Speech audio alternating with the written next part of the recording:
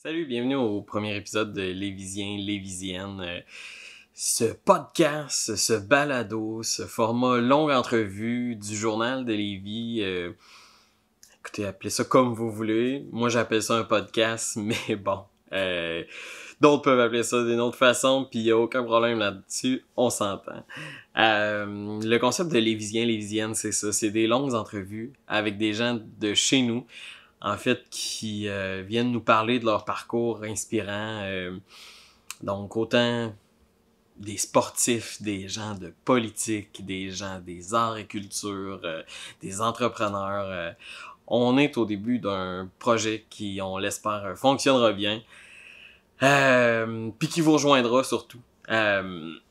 Cette semaine, comme premier invité, on recevait le patineur de vitesse longue piste, Laurent Dubreuil. Ça a été tourné là, cet été avant que sa première compétition ou que la compétition ait commencé. Depuis le début de la saison, là, Laurent a remporté les championnats canadiens aux 500 mètres. Il a terminé deuxième aux 1000 mètres. Puis là, les compétitions du circuit de la Coupe du Monde ont commencé. Là.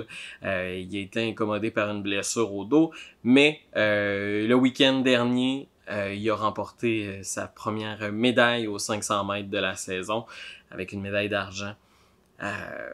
Donc, à suivre pour Laurent dans ce podcast-là. Laurent nous jase de tout son parcours dans le sport.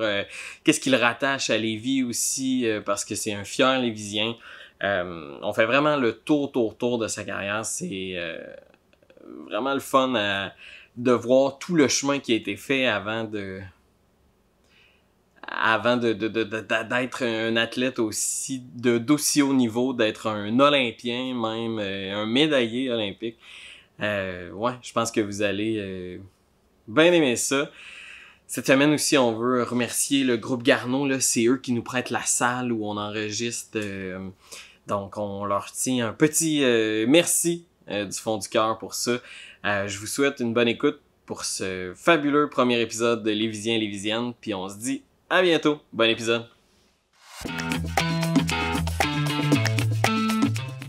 Bonjour tout le monde, bienvenue à Lévisien, Lévisienne, ce fameux podcast où on met de l'avant le parcours de Lévisien et Lévisienne pour le journal de Lévis. Mon nom c'est Alexandre Bellemare, je suis en compagnie du vice-champion du monde aux 500 mètres et champion du monde au sprint par équipe Laurent Dubreuil. Salut Laurent, ça va bien? Salut Alexandre, ça va bien toi? Oui, ça va. Écoute, Laurent, aujourd'hui, là, j'ai le goût qu'on fasse le tour de qui est l'athlète, mais aussi le Lévisien derrière Laurent Dubreuil. Toi, t'es né ici, là, je pense à Saint-Étienne. Saint-Étienne, ouais. Ça a toujours été... T'as grandi aussi à Saint-Étienne? Oui, j'ai grandi à Saint-Étienne, puis j'ai habité là jusqu'à ce que ma première maison, je l'achète, puis là, c'était plus... c'était rendu Lévis de toute façon, mais quartier Saint-Nicolas, puis maintenant, je suis Saint-Romuald. Fait que je suis vraiment... J'ai jamais quitté la région, outre pour mes nombreux voyages, puis qu'en entraînement, là, mais j'ai toujours habité à Lévis. Ah ouais, j'avais comme l'impression que tu habitais encore à Saint-Étienne. Je sais pas pourquoi. Non, mes parents ont encore la même maison que où j'ai grandi. Là.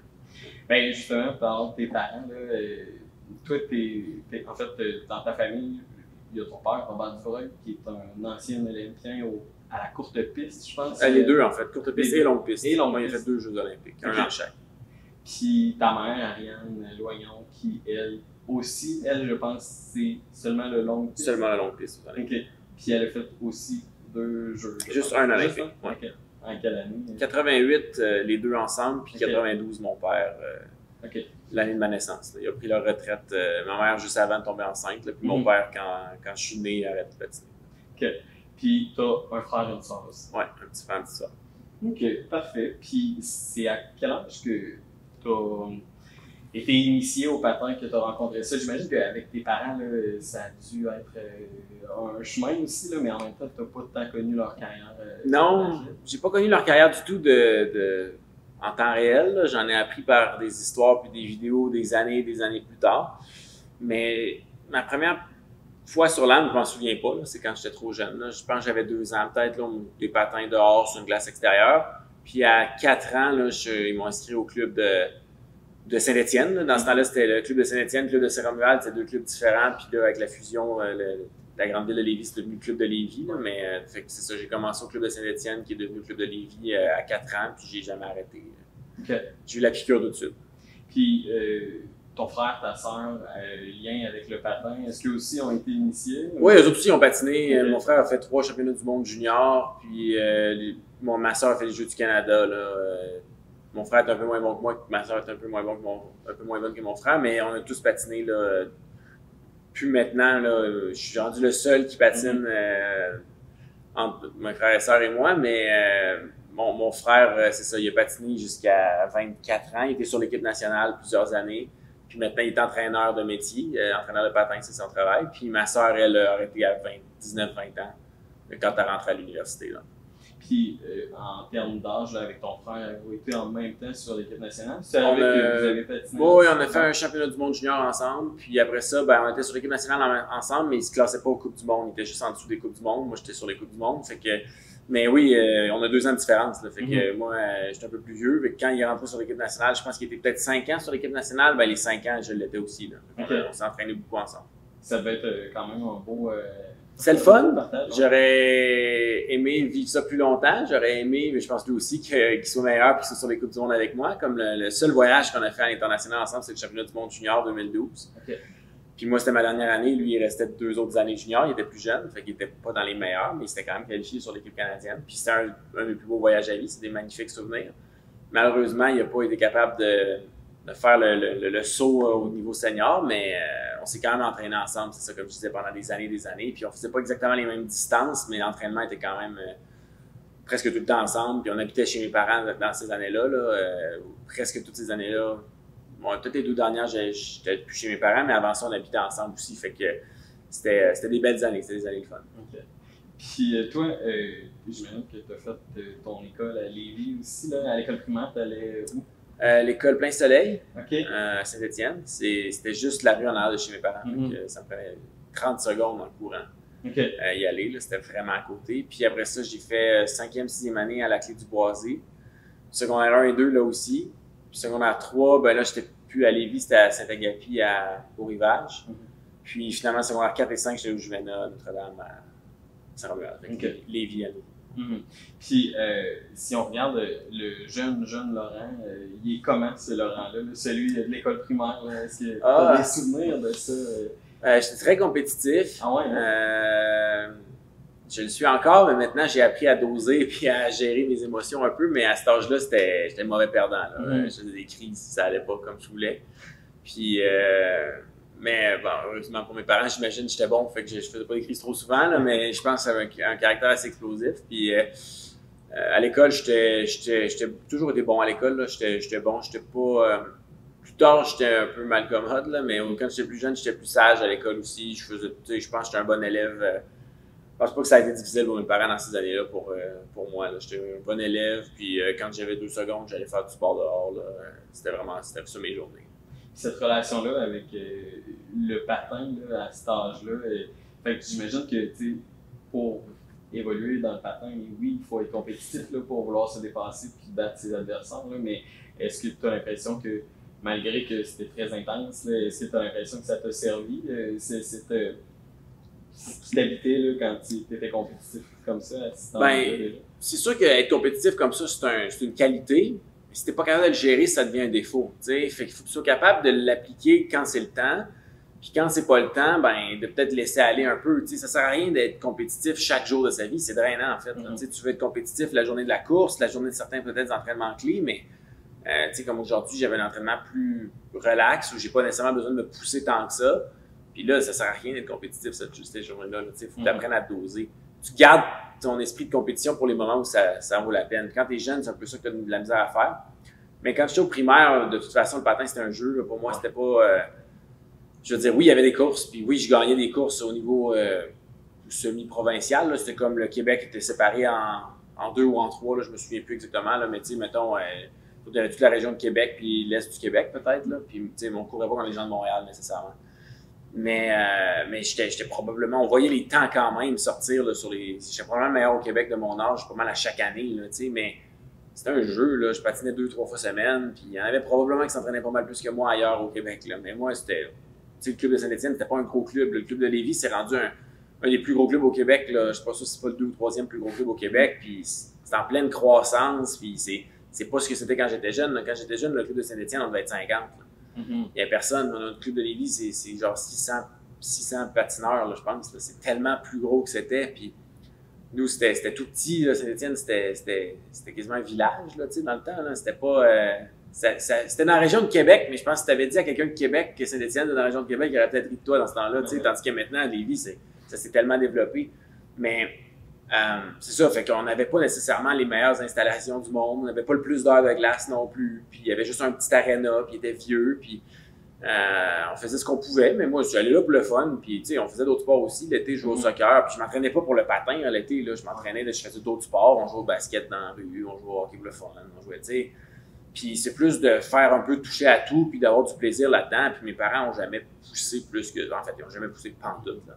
C'était vraiment relax, puis ça me permettait de me développer à mon rythme, puis j'aimais ça. Puis j'étais clairement talentueux, mais je pensais pas plus que ça. Là, quand j'étais rendu sur la glace, je forçais, je voulais, mais en dehors de la glace, j'étais comme n'importe quel de mes amis, relax, puis j'étais pas différent des autres du tout à cet âge-là.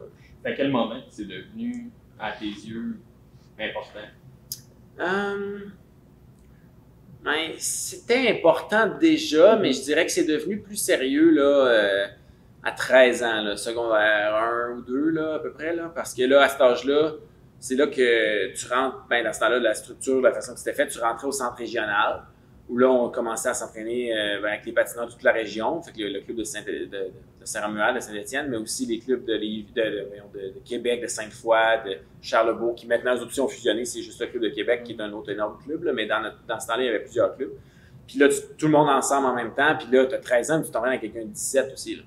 Fait que là, tu sais, là, tu rehausses le niveau, là. Puis là, tu as des heures de glace peut-être 5-6 fois semaine, là, tu sais. Tu patines quasiment tous les jours, là. Ben, l'hiver, là. Puis l'été, ben, t'es attendu d'avoir quelques entraînements d'été. Oui, je jouais encore au soccer à 13 ans, mais j'avais des entraînements aussi pour le patin de vitesse l'été, là. Tu sais, mettons, des entraînements d'intervalle de course ou d'imitation, là. On appelle ça des imitations. C'est comme tu fais semblant de patiner, mais en soulier. Fait que ça force les mêmes muscles dans ta position de patin. Ou de la musculation aussi, là, tu sais, à cet âge-là. Fait que je dirais qu'à cet âge-là, c'était comme, ben là, ça demandait un investissement pas mal plus grand, où, tu sais, là, ben, si t'as du patin 5-6 fois semaine, ça veut dire qu'après l'école, tous les jours, tu vas à l'aréna, tu sais. Puis des fois à l'aréna, des fois à Saint-Étienne, mais des fois, tu sais, à Saint-Étienne, c'est correct, c'est facile pour mes parents, mais des fois, tu vas au pavillon de la jeunesse, là, c'est loin, là, de Saint-Étienne, quand même, là, dans le trafic à 5 heures le soir. Fait que, tu sais, ça demandait plus à mes parents aussi. Fait que je pense à cet âge-là, vraiment, j'ai eu ma croissance également, comme ma puberté, là, ma poussée de croissance. Fait que c'est vraiment là que ça a comme fait, bon, ben, OK, là, clairement, je suis bon, je mets les efforts, puis là, j'ai des objectifs de carrière là-dedans. Puis c'est ça, comme tu dis, il y avait d'autres sports aussi dans ta vie, là, le sport faisait partie de ta vie. Qu'est-ce qui t'a... est-ce que c'est justement ce talent-là que tu avais pour le patin qui t'a encouragé à aller dans cette direction-là, ou tu as déjà eu en tête une autre option au niveau du sport? Hein? Je pense... Est-ce que j'aimais mieux le patin parce que j'étais meilleur, ou j'étais meilleur en patin parce que j'aimais mieux ça? Ouais. C'est comme un peu des deux, je pense. Là. Si c'était ma passion, donc ça me faisait redoubler d'efforts puis essayer d'être bon, mais en même temps, c'était peut-être ma passion versus un autre sport parce que c'était vraiment le sport dans lequel je me démarquais. Parce que j'ai fait d'autres sports. Puis moi, je suis quelqu'un d'athlétique dans la vie. Fait que, tu sais, les sports de puissance ou de coordination, j'ai toujours été bon à ça, mais jamais autant que le patin. Au soccer, j'étais bon, mais je veux dire, il y avait d'autres mondes peut-être qui vont écouter le podcast, qui vont se dire « Ouais, je suis meilleur que lui, ça se peut. » J'étais pas nécessairement le meilleur au soccer, mais tu sais, je jouais, mettons, le plus haut calibre que je pouvais, là, 2A quand j'avais 12 ans, puis c'était le plus haut calibre qu'il y avait, puis j'étais dans les bons joueurs de l'équipe, mais il y avait d'autres gars aussi bons que moi, tu sais. Puis, je veux dire, patin, il y avait personne de meilleur que moi de mon âge. Fait que, tu sais, c'était motivant ou c'était valorisant aussi d'être capable de me démarquer à ce point-là. Puis, j'ai toujours aimé mieux les sports individuels. Sport d'équipe, moi, la notion que tu peux tout te préparer, tout faire ta job, avoir un match parfait, perdre pareil parce que tes équipiers ont pas été si bons, ça me frustrait beaucoup, tu sais. Oui, la camaraderie d'équipe, c'est le fun, mais rendu à la journée d'entraînement, moi, j'ai mis tous les efforts que je pouvais, j'ai fait tout ce que j'avais à faire, puis je veux pas perdre à cause de quelqu'un d'autre. Si je me fais battre à cause de moi, je suis capable de vivre avec ça. Si je me fais battre parce que mon équipier a pas été aussi bon que moi, ça me frustrait énormément. Fait que peut-être ça fitait moins avec les sports d'équipe. J'étais relax au soccer parce que justement, j'ai jamais considéré que c'était, tu sais, j'ai joué 8 ans au soccer, c'est ce que je dis cet exemple-là, j'ai joué à d'autres sports aussi, mais j'ai jamais considéré ça important, le soccer, dans le sens que je jouais, puis j'arrivais là, puis j'étais dans ceux qui forçaient le plus, là, tu sais. J'arrivais là, j'étais de bonne humeur, tout, mais j'ai jamais été stressé au soccer, tu sais. Même des tournois, on était en finale, puis ça me stressait pas parce que je m'en foutais de perdre ou de gagner, tu sais. Mais en patin, j'étais stressé dans le sens que je voulais bien faire, c'était important pour moi. Fait que, j'étais pas désagréable, mais si j'étais arrivé au plus haut niveau au soccer, probablement que j'aurais été un mauvais équipier là, envers mes teammates, là. Peut-être plus maintenant, mais quand j'étais plus jeune, là, parce que j'aurais été très exigeant, là, parce que j'étais exigeant envers moi-même. Fait que je me serais attendu à la même chose de mes équipiers, tu sais. Mais en patin, c'est moi qui gère ma performance. Fait que mon équipier de l'équipe canadienne, il rate un entraînement, je m'en fous. C'est lui le problème. Ça impacte pas mon résultat à moi. Tu sais, ça me prend un sport individuel. Puis si on revient à l'adolescence, tu dis que c'est peut-être là qu'il y a eu ce déclic-là où c'est devenu plus sérieux, mais souvent, tu sais, l'adolescence, c'est connu comme une phase où on veut un peu s'éloigner de nos parents. Tes parents, tu le dis souvent, là, c'est ta plus grande inspiration, c'est une de tes plus grandes inspirations. Mais à ce moment-là, y avait-tu quelque chose en toi qui faisait que peut-être que ce ne sera pas le patin parce que mes parents, c'est le patin, tu sais? Non, mais c'est vrai que j'ai eu une petite phase où j'ai été plus difficile avec mes parents, surtout avec ma mère, je pense, mais parce que ma mère avait le malheur pour elle d'être une des entraîneurs du centre régional. C'était pas mon coach privé, là, ça n'a jamais été le cas, parce qu'en toute façon, en patin, coach privé, tu sais, il faudrait que tu loues l'heure de glace pour toi tout seul. Là. On n'a clairement pas assez d'argent pour faire ça, mais elle se disait, tant qu'à faire le lift, tant qu'à amener mes enfants au centre régional, puis qu'à regarder la pratique des estrades, on va coacher. Je veux dire, je connais. Elle disait ça, mais elle l'aurait pas dit, mais dans sa tête, elle disait, je connais ça au moins autant que le coach sur la glace. Là. Ma mère était aux Olympiques, là. En fait, elle connaissait ça 10 fois plus que le coach sur la glace. Fait que, elle disait, je vais faire profiter de mon expertise aux jeunes, et à tout le monde, pas juste à mes enfants. Mais, justement, comme tu dis, quand t'es ado, mettons, j'écoutais moins ma mère que les autres coachs parce que, puis j'étais très fort dans la confrontation avec ma mère. Fait que ça a été difficile pour elle pendant un petit bout de temps. Mais non, je dirais qu'il y a eu une année là, où j'ai vraiment fait une crise d'adolescence. Je n'aime pas utiliser ce terme-là, là, mais à 13-14 ans, ça allait comme super bien. En fait, j'étais vraiment, vraiment bon pour mon âge. J'ai fait plein de records canadiens comme le meilleur, le plus vite temps de tous les temps de mon âge au Canada. Là. Sûrement un gars dans le monde meilleur que moi quelque part. Là, mais puis là, à 15 ans, je me suis dit, je suis vraiment exceptionnel, c'est évident. L'année d'avant, j'avais gagné toutes les courses qu'il y avait à gagner au niveau canadien de mon âge. Là, fait que là, pas besoin de m'entraîner fort. Fait que là, je m'étais moins entraîné à 15 ans, je m'étais trouvé des excuses. Regarde, c'est pas grave, je suis tellement talentueux que ça va y aller tout seul. Puis ma mère disait, attention, il y en a peut-être qui vont s'améliorer. Là, ouais, non, c'est pas grave. Puis là, je suis arrivé, puis finalement, moi, je me suis pas amélioré du tout à un âge de 14 à 15 ans. Tu gagnes en force. Moi, j'avais déjà fini de grandir, mais tu gagnes quand même en muscle, en puissance, en technique. Puis moi, j'ai tout régressé un petit peu, puis il y en a qui se sont améliorés, puis là, tout d'un coup, je me faisais battre par un ou deux gars, tu sais. Ça a été tough parce que j'ai réalisé, oui, c'est vrai que je suis peut-être le plus talentueux, mais s'il y en a un qui travaille plus fort que moi, il va me battre pareil, tu sais. Peut-être pas le gars qui est 40e au Québec, mais le gars qui était 2e, il était pas si loin que ça, là. Fait que si lui, il a eu un bon été d'entraînement, moi, j'ai eu un été où je me suis tourné les pouces, puis je me suis trouvé des excuses pour m'entraîner parce que, on se dit, ça fait mal l'entraînement, c'est tough, là, ça demande beaucoup de discipline puis de persévérance. Fait que, tu sais, je me suis fait battre. Fait que là, ça a été comme un réveil, un peu, là, une claque d'en face de me dire, là, regarde, c'est vrai que t'es bon, c'est vrai que t'as le talent pour faire carrière, mais il faut que tu te forces un peu plus, tu sais. C'est ça que ma mère me disait. Elle disait, et Laurent, là, regarde, tu peux continuer à patiner comme ça, mais j'ai pas l'impression que ça te rend heureux, là, tu sais.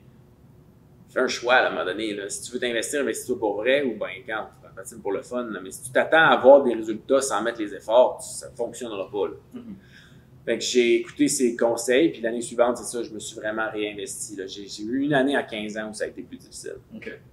Puis, t'as-tu aussi là, toujours eu en tête que tu allais faire carrière de ça, ou tu avais d'autres idées de métier en tête? Parce que j'imagine que quand tu décides d'aller dans une discipline comme le sport, dans une discipline de sport, tu dis pas « je vais faire carrière avec ça en commençant », tu sais.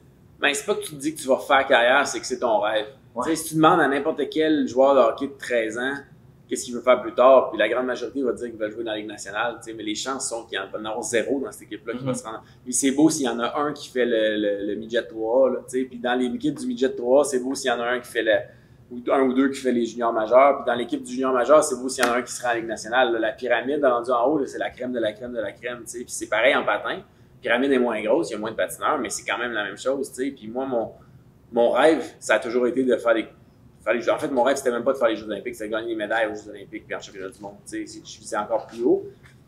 Mais c'était le rêve de tous mes amis d'enfance qui patinaient avec moi, puis de notre groupe à Lévis, il y en a aucun qui a fait les Olympiques avec, il y a juste moi, tu sais.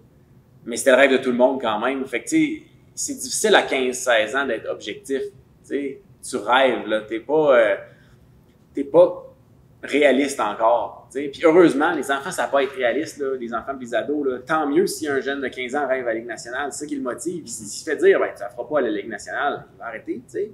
Il va perdre la magie en dedans de lui, tu sais. Faut laisser aux enfants le moment où ils croient que tout est possible, tu sais. C'est ça la beauté du sport, parce que ça se peut peut-être que ça va débloquer. Mais de façon réaliste, c'est impossible que tout le monde se rende au sommet, tu sais. Fait que moi, oui, j'avais ce rêve-là, cet objectif-là, mais en même temps, il n'y a rien de garanti. Puis, tu sais, il y a du monde qui était à peu près aussi bon que moi à 14-15 ans, qui n'ont pas percé, puis il y en a qui ont percé, tu sais jamais, là. Il peut arriver tellement de choses. Fait que c'était mon rêve, mais mes parents, de toute façon, ils me répétaient exactement ce que je dis là. Tu sais, ils disaient tout le temps, mais regarde, t'es bon patin, ça veut pas dire que tu vas être si bon que ça, là. Tu sais, ton école, c'est pas mal plus safe, c'est pas mal plus.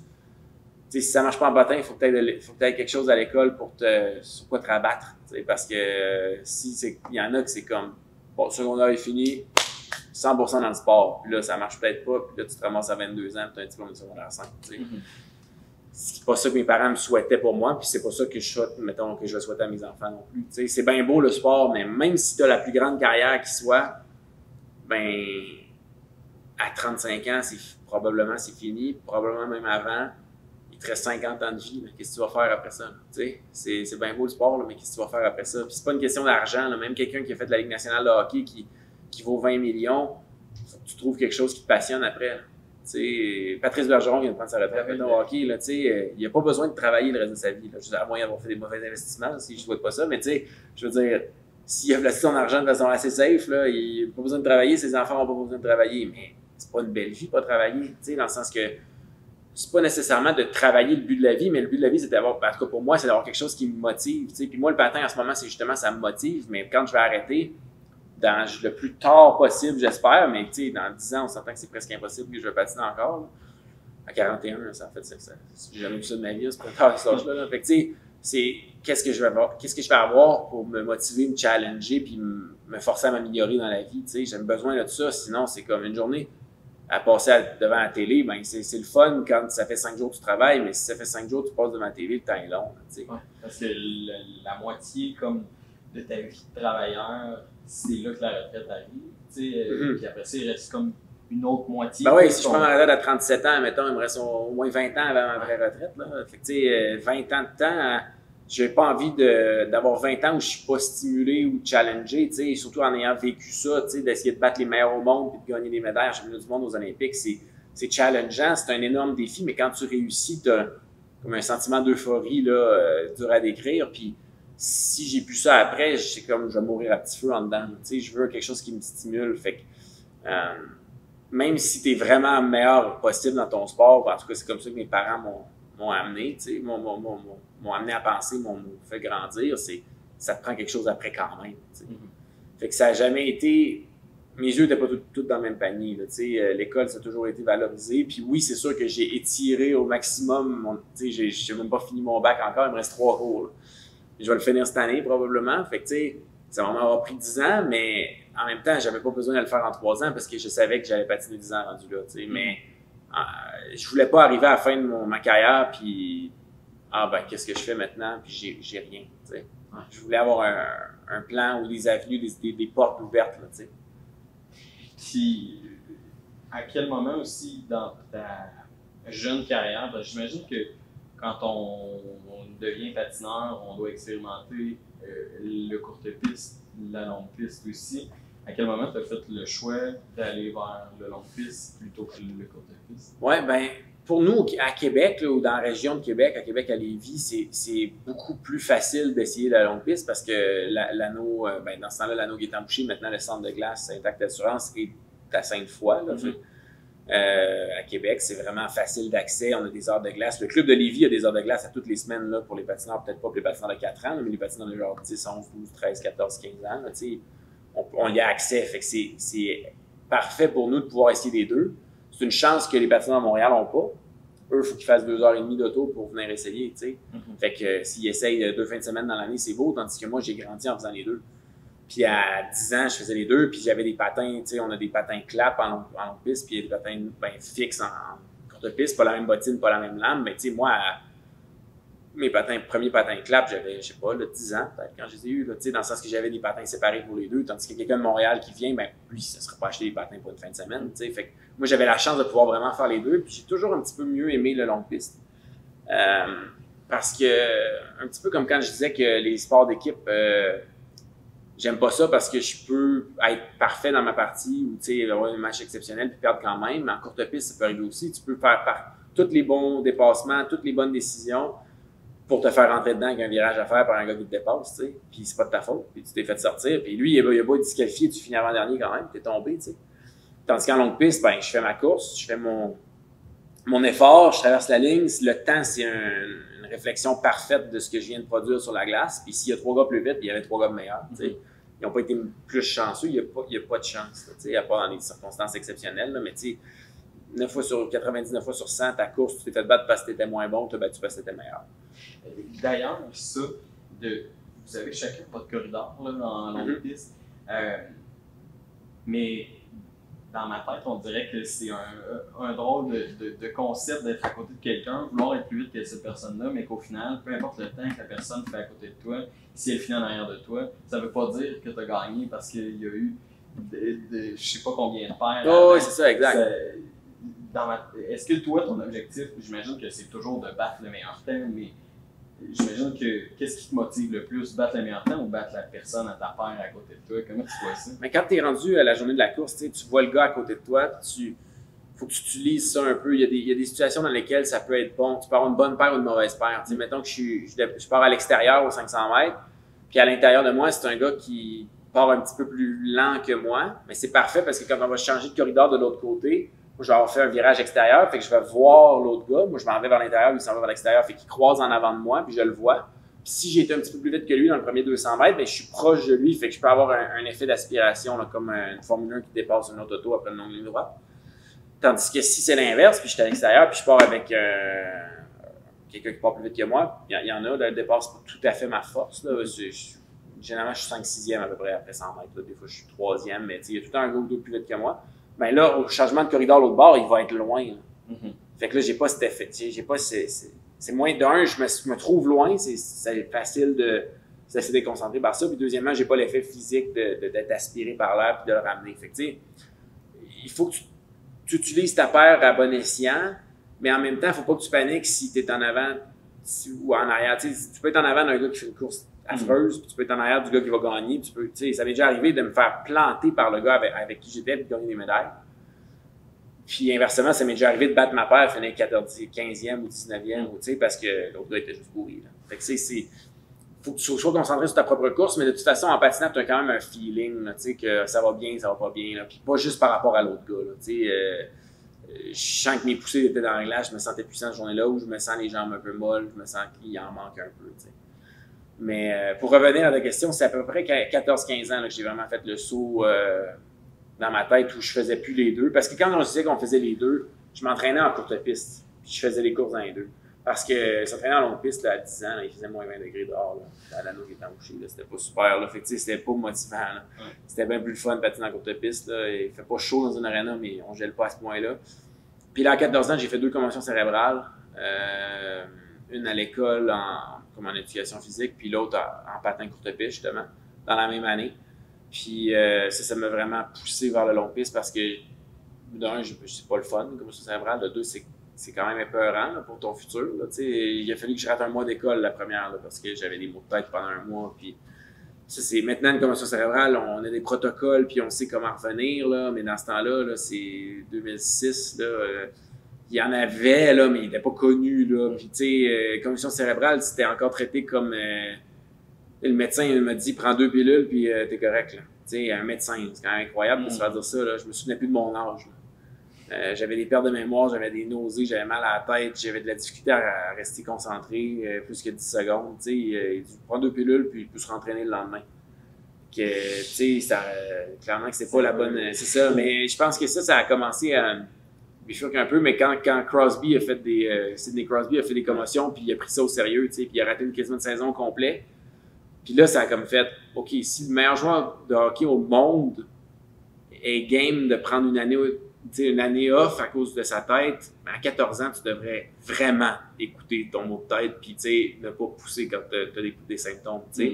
Fait que ça a comme donné une chance. Moi, c'était juste avant ça, mes commotions. Fait que, tu sais, personne ne savait c'était quoi. Puis là, c'est les impacts en courte piste, les chutes, de se faire accrocher, tout. De un, je me suis déjà pas ça, cet aspect-là. Puis de deux, après ça, ben c'est des affaires qu'il n'y a pas en longue piste. Fait que j'ai bifurqué vers la longue piste, là, comme à 15 ans dans ma tête. Je faisais du courte piste pour l'entraînement l'été, parce que dans les arénas, on peut patiner l'été, puis pas dans ce temps-là en longue piste. Maintenant, oui, mais c'est ça, à cet âge-là, là, à 15 ans, du courte piste, c'était fini.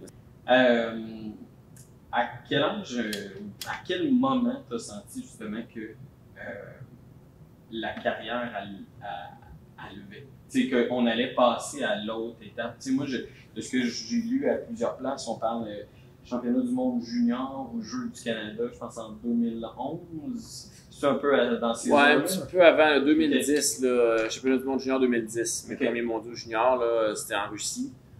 Puis, tu sais, avant, ben, je veux dire, j'avais beaucoup de potentiel. Tu sais, à 13-14 ans, comme je disais, j'étais vraiment bon, puis j'y croyais. Mais il peut arriver plein de choses, là, tu sais, les possibilités, c'est large comme ça, à cet âge-là, tu sais. Puis tandis qu'à 17 ans, c'est ça, en 2010, je suis allé au championnat du monde junior, je me suis classé premièrement, ce qui était déjà quand même bien pour quelqu'un de 17 ans, parce que c'est 19 ans et moins, fait que j'ai 2 ans de plus jeune que beaucoup des gars qui étaient là-bas. Puis, j'arrive là-bas, puis mes temps me plaçaient là, autour, peut-être avant d'arriver, là, peut-être 10, 12e place là, au 500, puis peut-être 15, 18 au 1000 mètres. Puis j'étais arrivé là-bas, puis j'ai eu mes meilleures courses à vie de loin à ce moment-là, puis j'ai fini 4e au 500, puis 4e au 1000 mètres. Puis dans les deux cas, les 3 gars qui m'ont battu, il y avait 2 ans de plus que moi. Là. Fait que j'étais de loin le meilleur au monde de mon âge, sur mes distances. Fait que là, c'était plus... il va peut-être avoir une pas pire carrière, là, c'est plus comme, OK, ce gars-là, il va peut-être gagner un championnat du monde un jour. C'est plus ça. Quelqu'un de 17 ans qui fait les temps que j'ai fait à cet âge-là. Depuis, ça fait 14 ans ou 13 ans, là, il y a peut-être 5 gars qui ont battu mes temps à cet âge-là. Là, c'était des temps exceptionnels pour mon âge. Fait que, c'était, à ce moment-là, vraiment, c'est vraiment là que j'ai débloqué. Puis grâce à ça, quand tu faisais un top 8 dans une distance au championnat du monde junior, tu intégrais l'équipe nationale l'année suivante, fait que tu étais payé pour patiner, tu avais des dépenses couvertes, tu avais, mettons, les camps d'entraînement, c'était payé, les compétitions, ça allait être payé. Fait que moi, j'avais un salaire de patineur, j'avais plus besoin de... Je veux dire, mes parents m'aidaient beaucoup avant, là, parce que ça coûtait cher, une saison de patin, là, à 17 ans, ça coûtait au-dessus de 10 000 $, une saison de patin, fait que c'est pas comme si à 17 ans, tu peux te payer ça, là, mais... là, ça coûtait plus rien, puis même quand tu es sur l'équipe nationale, une partie de ton école est couverte jusqu'à un certain montant. Fait que c'était vraiment, là, c'est comme, ben, t'as pas besoin de travailler, t'as du potentiel, fais juste t'entraîner puis améliore-toi. C'est un peu ça le message que j'envoie. Fait que, c'est vraiment là que l'année suivante, j'intègre l'équipe nationale, puis là, vraiment, là, c'est à 18, rentrer sur l'équipe nationale à 17 ans, c'est quand même très rare, puis c'est signe que tu as clairement un talent. Fait que là, vraiment, c'était plus un rêve, c'était vraiment un objectif rendu là, puis c'était plus que légitime d'y croire. Comment tu vivais ça, en petit gars de 17 ans, là, tout ce qui t'arrivait après avoir fait ces performances-là exceptionnelles? J'étais fier, j'étais content.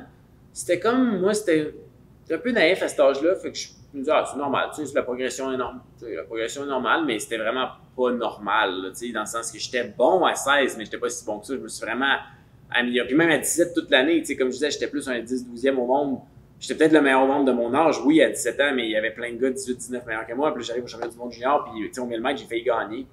J'avais un 10e de gagner, là. Fait que, tu sais, c'était comme totalement inattendu. Des gars qui me battaient de 2 secondes pendant l'année, j'étais à un 10e d'eux autres, là, au championnat du monde. Fait que, tu sais, c'était surprenant à y repenser. J'aurais pas dû trouver ça normal, mais à cet âge-là, t'es un peu naïf. Tu sais, tu te dis, bon, OK, on dit j'ai piqué, là, j'ai eu ma bonne compé au bon moment, là, j'ai eu mon sommet de mon année quand il fallait, mais tu sais, à y repenser, c'était un petit peu inattendu, puis c'est allé vite après, mais moi, j'ai toujours été calme avec ça, puis je me suis pas enflé la tête du tout. Moi, l'année d'après, ça a pas été comme quand j'avais 15 ans, j'ai pas besoin de travailler, là, c'est l'inverse, je vais redoubler d'efforts, puis là, je serai pas juste bon au championnat du monde junior, je vais être bon toute l'année, là, tu sais, je vais arriver dès le début de l'année, puis je vais montrer que je suis vraiment bon. t'avais-tu en tête, parce que là, cette année-là, on restartait un cycle olympique. Est-ce que c'était en arrière de ta tête, ça, que Sochi était dans 4 ans, puis...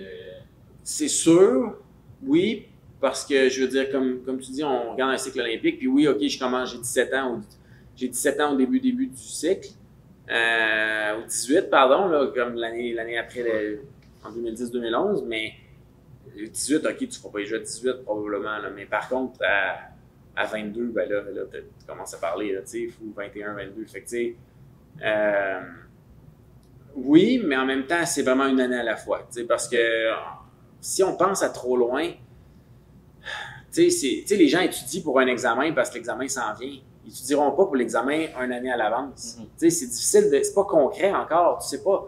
C'est difficile de se motiver à se préparer pour quelque chose qui est tellement loin que tu peux même pas le sentir, tu peux même pas le goûter, tu sais. Fait que les Olympiques, ben oui, c'est une chose, mais comme en ce moment, ben oui, je veux gagner une médaille aux prochaines Olympiques en 2026, mais là, on est en 2023, là. Ça sert à rien de penser tout de suite. Ça sert à quoi de penser au championnat canadien dans 2 mois, puis ça sert à quoi de penser au championnat du monde à la limite en février 2024, tu sais, c'est ça qui s'en vient. C'est pour ça que je m'entraîne en ce moment, c'est pas pour les Olympiques, parce que il peut arriver tellement de choses que tu sais jamais, tu sais, mais d'ici le championnat du monde, c'est ça mon objectif. Fait que dans ce temps-là, ben oui, je pensais aux Olympiques, j'y rêvais, mais je pensais plus, tu sais, mon objectif après mes premiers mondiaux juniors, j'ai fait 4e 2 fois, c'était l'année suivante, c'était de gagner, en fait. Je voulais arriver au championnat du monde junior puis gagner. Je pensais pas à des Coupes du monde senior, je pensais pas aux Olympiques, je pensais au championnat du monde junior, puis je voulais être champion du monde junior. Puis comment ça s'est passé? J'ai fini 2e. Je me suis fait battre par un Coréen, là, par des poussières. Là, c'était un combiné des 200-500 mètres dans ce temps-là. Maintenant, c'est juste 1-500, mais il m'a battu de 3 centièmes sur le premier, puis 7 centièmes sur le deuxième. Fait qu'un 10e au total. Fait que c'est vraiment des poussières. Mais il était juste un petit peu meilleur que moi. Puis au 1000 mètres, ça n'a pas bien été au 1000 mètres. C'était pas des conditions favorables pour moi. C'était dehors. Il faisait vraiment froid, puis il ventait beaucoup. Puis, tu sais, 1000 mètres, tu as 2 types de coureurs. Tu peux avoir un pur sprinter qui essaie d'allonger un peu, puis c'est moi. Ou des gars de peu plus longue distance qui vont moins vite au début, mais qui ne cassent pas bien pendant la course. Parce qu'un 1000 mètres, on casse beaucoup. C'est extrêmement douloureux. Puis si la glace te fait casser, le vent te freine tout, ben les gars qui finissent plus fort leur course vont être avantagés. Tu sais, c'était pas une glace de sprinter du tout. Puis j'avais un rhume aussi la semaine. Fait que tu sais, moi, si j'ai un rhume, mon 500, je suis quand même capable d'être pas pire. Au 1000 mètres, ça part assez vite. Là. Tu sais, ça me prend... c'est un peu moins naturel au 1000 mètres. Fait que ça me prend des conditions idéales pour être à mon meilleur, pour avoir des chances de performer. Tu sais, tandis qu'au 500, je peux m'en tirer s'il y a quelque chose de peut-être pas parfait parce que je suis plus naturel à ça. Donc, au 1000, j'ai fini 6e. Ça n'a pas été aussi bon que l'année d'avant. Mais tu sais, si je regarde ma saison complète, j'étais bien meilleur au 1000 que l'année d'avant. Tu sais, j'ai juste pas été aussi bon la bonne journée. Ouais. Mais au 500, c'est ça. Le Coréen m'a battu. Puis je me suis dit, bah, tu sais, je vais sûrement avoir plein de batailles avec lui. Il y avait un an de plus vieux que moi. Il y avait 19, moi j'avais 18. Plein de batailles avec lui dans le futur. Puis finalement, lui, comme je disais, quand l'éventail de possibilités d'une carrière est large comme ça, lui, il était champion du monde junior. Puis il n'a jamais rien fait au niveau senior. Je suis pas sûr s'il a jamais fait un top 20 en Coupe du Monde. Il était vraiment... Il n'a pas eu de carrière senior. Il était pas bon. Ça fait des années qu'il patine plus international. Moi, j'ai eu 31 médailles en Coupe du Monde individuelle. Lui, il n'a même pas un top 15. Puis on était rivaux au même âge. Fait que, quand je dis, c'est ça, même rendu, quand on dit qu'à 14 ans, il n'y a rien de sûr, même à 19 ans, il n'y a rien de sûr. Tu peux être très bon à 19, puis jamais t'améliorer, puis jamais percer. Là, ça arrive. Là. Ah, puis j'imagine aussi que ton corps a une limite. Là. C'est pas tout le monde qui a la même génétique, si on veut. Là, c'est sûr qu'il y en a qu'il faut qu'ils mettent 100 fois plus de travail que d'autres. C'est sûr, mais tu sais, si tu gagnes le mondial junior, clairement le talent est là. Mais je sais pas qu'est-ce qui est arrivé là. Et peut-être des blessures. Tu sais, c'est un Coréen, j'ai pas parlé bien dans ma vie. Il parlait même pas anglais. Tu sais, je sais pas qu'est-ce qui est arrivé. Tu sais, techniquement, il patinait pas bien par la suite. Il avait le même style, mais il avait l'air moins bon techniquement. Physiquement, je sais pas, il y a peut-être eu des blessures, peut-être que sa motivation, tu sais, c'est peut-être pas quelqu'un de très motivé dans la vie, puis ça ne tentait pas de travailler fort, ça, je sais pas qu'est-ce qui est arrivé, mais il n'y a pas eu de carrière du tout. OK, puis par la suite, là, j'imagine que là, on s'est mis à se concentrer plus sur le senior, parce que, non... Il me restait une autre année encore, c'est ça, exact. Puis tu finis par l'avoir? Oui, l'année suivante, j'ai gagné le championnat du monde au 500. OK. Puis, championnat du monde junior, puis j'ai fait le record du monde junior aussi dans une autre compétition. parce que les championnats du monde junior étaient au Japon, puis tous les records du monde en patin de vitesse sont en altitude. C'est plus rapide, Salt Lake City, Calgary. Puis les championnats du monde junior étaient au niveau de la mer, fait que c'est clairement pas là que tu allais faire un record du monde junior, mais une Coupe du monde senior, parce que ma dernière année junior, je me suis classé aussi sur les Coupes du monde senior, fait que j'ai pu faire les Coupes du monde aussi un peu dans l'année. Puis ma première Coupe du monde à vie, en fait, là, en janvier, c'était avant les mondiaux juniors, c'est le mondiaux junior en février. Mais je me classe, puis là, j'arrive, puis la première course, c'était dans le groupe B, tu sais, parce que c'était pas de points, là, fait que je commençais dans le groupe B. Première course, j'ai gagné le groupe B, puis j'ai monté au groupe A. Puis le groupe A, c'est les 20 premiers au classement. Puis première course du groupe A à vie, j'étais encore junior, j'ai fini 4e. Puis ça s'était pas vu depuis, aux 500 mètres, là, ça s'était pas vu depuis 7 ans, comme un junior faisait un top 5, là, mettons. Là. En fait, le dernier gars qui l'avait fait, c'était le gars qui avait le record du monde junior avant moi. Joji Kato, un japonais qui est médaillé olympique, champion du monde, une carrière similaire à moi. Puis là, j'ai battu son record, c'est ça. Puis il était là en plus, puis je l'ai battu cette journée-là, fait qu'il n'a pas eu une bonne journée. D'après moi, il était mentalement un peu affecté là, quand j'ai battu son temps. Mais c'était vraiment exceptionnel, là, parce que c'est ça, quelque chose qui arrive pas à chaque année, là, quelque chose qui arrive quasiment jamais. Là. Puis, mon record du monde junior, je l'ai eu 9 ans de temps. Là. Fait que, tu sais, c'est des temps, c'est difficile à battre, là, les records du monde. Là, c'est le temps le plus vite de tous les temps de ton âge, le temps le plus vite de tous les temps tout court quand tu es record du monde senior. Là, c'est encore plus gros que gagner le mondial junior. Là, ce que j'ai fait aussi, puis j'ai fini 3e au 1000 mètres. En fait, initialement 4e au 1000 mètres, puis le gars qui a gagné, le Russe Kulichnikov, il est testé positif, puis un produit dopant, puis j'ai eu la médaille de bronze par la poste, comme 6 mois après. Là.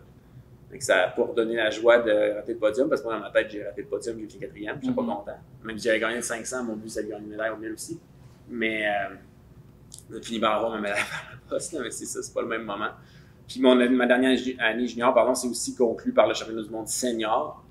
Parce qu'avec mon résultat en Coupe du Monde, je me suis classé au championnat du monde senior, puis j'ai fini 11e. Puis ça aussi, tu sais, mettons, oui, gagner le mondial junior, c'était mon objectif principal de la saison, mais c'est plus exceptionnel de finir 11e au mondial senior quand t'es junior que de gagner le mondial junior. Tu sais, dans le sens que au mondial junior, la compétition était pas... J'ai gagné facilement le mondial junior, j'ai gagné par une demi-seconde. Tu sais, c'était pas serré, les autres juniors étaient pas du tout de mon calibre. Tandis que là, t'arrives senior, puis là, t'es contre les gars qui ont gagné les médailles aux Olympiques, puis tout, tu sais... Ma course au championnat du monde senior, c'est en 2012, j'étais payé avec la médaille d'argent des Jeux de Vancouver de 2010. Là. Puis je l'ai battu, tu sais. Fait que c'est comme, j'étais vraiment rendu là. J'étais pas tout à fait sur le podium, là, 4e en Coupe du Monde, 11e au mondial, mais j'étais rendu là. Je pouvais y rêver. C'était comment cette première année-là de compétitionner avec les seniors, probablement des gars que tu regardais patiner depuis quelques années, comme tu dis, des personnes qui étaient décorées. Comment tu deals avec cette affaire-là? Ben, au début, j'étais stressé. Ouais. Avant ma première course à Salt Lake City, pour ma première Coupe du Monde, j'étais stressé. Là. Comme, je chantais la pression dans ma chambre d'hôtel. Puis là, à un moment donné, je me suis juste dit, okay, come on, qu'est-ce que tu fais? T'sais? Pourquoi tu es stressé? Là? Je me parlais à moi-même, je me dis, il n'y a personne qui me connaît. Il n'y a personne qui s'attend à ce que je sois bon, dans le sens que le monde, ils viennent pas voir la Coupe du Monde pour voir le junior dans le groupe B, là, ils viennent voir la Coupe du Monde pour voir les gars qui ont gagné les médailles aux Olympiques, c'est eux autres qui ont de la pression. Moi, j'étais un nobody, là, j'étais un jeune prometteur, mais il y en a d'autres, des jeunes prometteurs, il n'y a personne qui s'attend à ce que je gagne, là, pourquoi tu stresses avec ça? Puis juste de réaliser ça, ça m'a fait décompresser, puis là, j'ai vraiment patiné à la hauteur de mon potentiel cette journée-là. Puis je pense que aussi ça vient du fait que mais c'était motivant aussi. En fait. Parce que, justement, tu sais, moi, je les connaissais, les gars, puis il y a des patineurs des athlètes qui sont comme... Tu sais, il y a deux types de jeunes. Là. Il y a le jeune qui joue au hockey, mais qui ne regarde pas vraiment la Ligue nationale, puis il y a le jeune qui joue au hockey, puis qui regarde toutes les games du Canadien, puis qui connaît tous les joueurs, puis lors des trios, puis tout. Tu sais, moi, je suis plus le deuxième. Là. Je connaissais tous les gars, là, tu sais, puis j'aurais pu te dire le nombre de médailles que tel avait en Coupe du Monde, puis de quelle année l'autre avait gagné le championnat du monde 8 ans avant, tu sais. J'étais pas mal plus ce type d'athlète-là. Fait que moi, je connaissais les gars comme qui je patinais. Fait que du moment que j'ai battu pour la première fois tel gars, je me souviens c'est quel. Tu sais, maintenant, quand j'ai fini 4e de la Coupe du Monde, j'ai battu le gars qui a gagné les Jeux de Vancouver 2 ans avant, le Coréen Motebom, puis c'est le gars qui a été champion du monde la même année. Là. Tu sais, en 2012, il a été champion du monde. Mais fait qu'au mondial, il m'a battu. Moi, j'ai fini 11. Mais à la Coupe du Monde, quand j'ai fini 4, il n'a pas gagné de médaille. Fait que j'ai battu le gars qui allait gagner le mondial, puis qui avait gagné les derniers Olympiques. Tu sais, ça, c'était spécial pour moi. Là. Je le sais, c'est qui ce gars-là. Là. C'était le meilleur patineur, c'était le meilleur sprinter au monde dans ces années-là. Fait que, tu sais, c'était vraiment, c'était une source de fierté. Mais c'est pas quelque chose qui m'a, tu sais, ça m'a stressé quelques jours, mais après ça, à un moment donné, c'était comme, bah, je suis rendu là. Je suis rendu là, puis je suis rendu un de ces gars-là, tu sais. Puis ma dernière année junior, c'était comme une année magique un peu, si on veut, là, où, tu sais, t'as des, tu sais, en sport, mettons, ou en patin, t'as des mauvaises, des moyennes, des bonnes, des très bonnes, des excellentes courses, mais des fois, t'as des courses comme, tu sais, plus qu'excellentes, là, comme mes premiers championnats du monde junior où je m'attendais de finir 15e, puis j'ai fini 4e. Puis j'ai fait des temps comme que j'aurais jamais pu penser possible à ce moment-là. Tu sais, t'as des moments comme ça où t'as des courses, moi j'appelle ça des courses magiques, là, tu sais, c'est comme, tout va bien, tu sens pas la douleur, tu sais, c'est rare, là, parce que la plupart du temps, je la sens, la douleur. je la sens vraiment beaucoup, la douleur, mais des fois, c'est comme si tu flottes sur un nuage, tu te sens léger. Puis cette année-là, j'en avais comme des pochetés de courses comme ça, j'en ai eu quasiment une douzaine, là, tu sais, puis certaines années, j'en ai zéro. C'est vraiment, c'était comme une année où je sais pas pourquoi, mais tout allait bien, tout cliquait. Quand j'avais besoin d'une bonne course, je la faisais. Quand j'avais besoin d'une course exceptionnelle, je la faisais. Puis c'était un sentiment où, tu sais, je me sentais comme si je pouvais pas échouer. Tu sais, dans le sens, je le savais que ça allait bien aller. T'sais. Fait que c'est une sensation assez rêvée comme de trouver ça. Puis ça a pris des années avant que je me ressente comme ça, là, mais tu sais, cette année-là, c'était vraiment comme ça que je me sentais. C'était une année vraiment spéciale. L'année d'après, c'était, bon, on en a parlé tantôt, c'est l'année juste avant Sochi. L'année suivante, c'est, j'imagine, là que fallait que tu pouvais te qualifier pour ces Jeux olympiques-là. En fait, les Olympiques, on se qualifie juste l'année des Jeux. L'année d'avant. Exact. L'année d'avant, c'est vraiment une année normale aussi. Mais ça a été une année, tu sais, quand je disais que l'année d'avant était magique, il n'y avait plus de magie. Puis mes résultats n'étaient pas bien pires, mais il n'y avait aucune course que je me disais comme, hey, wow, tu sais, c'était plus comme laborieux. C'est difficile la transition vers le circuit senior. Puis on le voit avec beaucoup d'athlètes en patin, mais dans d'autres sports aussi. Tu sais, tu passes d'être le meilleur. Puis tu sais, si tu finis, mettons que tu fais une Coupe du Monde quand t'es junior, tu finis 18e. Ben, c'est fait par 17 gars. Mais ton feeling, c'est pas ça. Ton feeling, c'est dans les 17 gars, c'est 17 seniors. Moi, je suis junior. Je suis le meilleur junior. Tu sais, c'est valorisant. Puis là, tu sais, tu vas au mondial junior, tu gagnes. Tu fais tes compés juniors, tu gagnes. Fait que tu regardes les temps par rapport aux autres juniors, t'es bon. Là, t'arrives à 20 ans. Là, tu te bats contre quelqu'un de 28. Puis, à moins d'être vraiment exceptionnel, parce qu'il y en a, le champion du monde en titre en ce moment, Jordan Stolz, il est junior, mais ça fait 50 ans que c'était pas arrivé. 40 ans, là, Eric Heiden, 45 ans, là, que c'était pas arrivé. Fait que, ça arrive, ça se peut. Mais en fait, si tu m'avais demandé de 2 ans, je t'aurais dit ça se peut pas. Mais maintenant, visiblement, ça se peut. Mais il est meilleur que moi. Fait qu'est-ce que tu veux? Moi, j'étais pas assez bon pour ça. C'est ça, exact.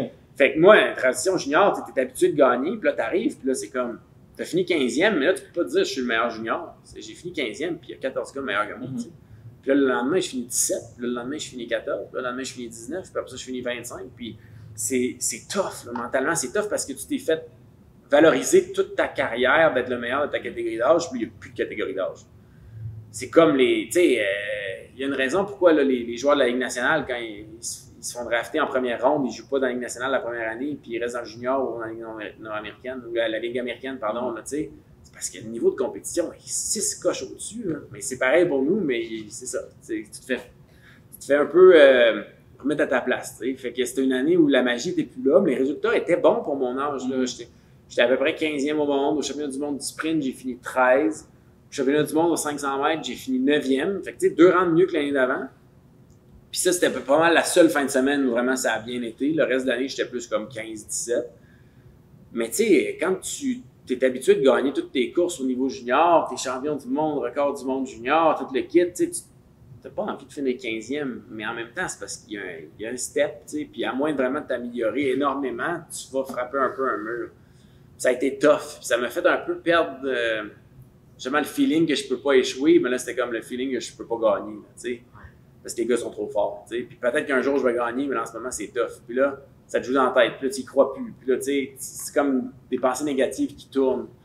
C'était une année tough, puis c'était pas une année idéale en préparation aux Jeux olympiques, là, ou à essayer de me classer aux Jeux olympiques, là, si on Tu veut. l'as-tu traîné longtemps, ce sentiment-là, après cette saison-là?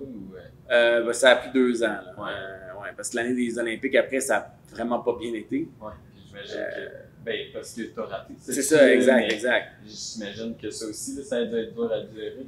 Ben, ça a été... Oui, mais mieux dans un certain sens. Parce que l'année d'avant, là, ce qui arrive, là, c'est que tu finis 15e toute l'année, là, tu te dis, bon, ok, ouais, mais là, plus tard dans l'année, au championnat du monde. Puis là, au championnat du monde, ben, j'ai fini 9e. Fait que c'était vraiment mieux. J'ai vraiment eu ma meilleure course au bon moment. Ce qui est normal, c'est ce que tu vises comme athlète, de piquer au bon moment, mais tout le monde vise ça. Fait qu'au moment, au final, au championnat du monde, tout le monde est supposé être meilleur. Fait que c'est pas plus facile, même si tout est meilleur, tout le monde est meilleur, t'sais.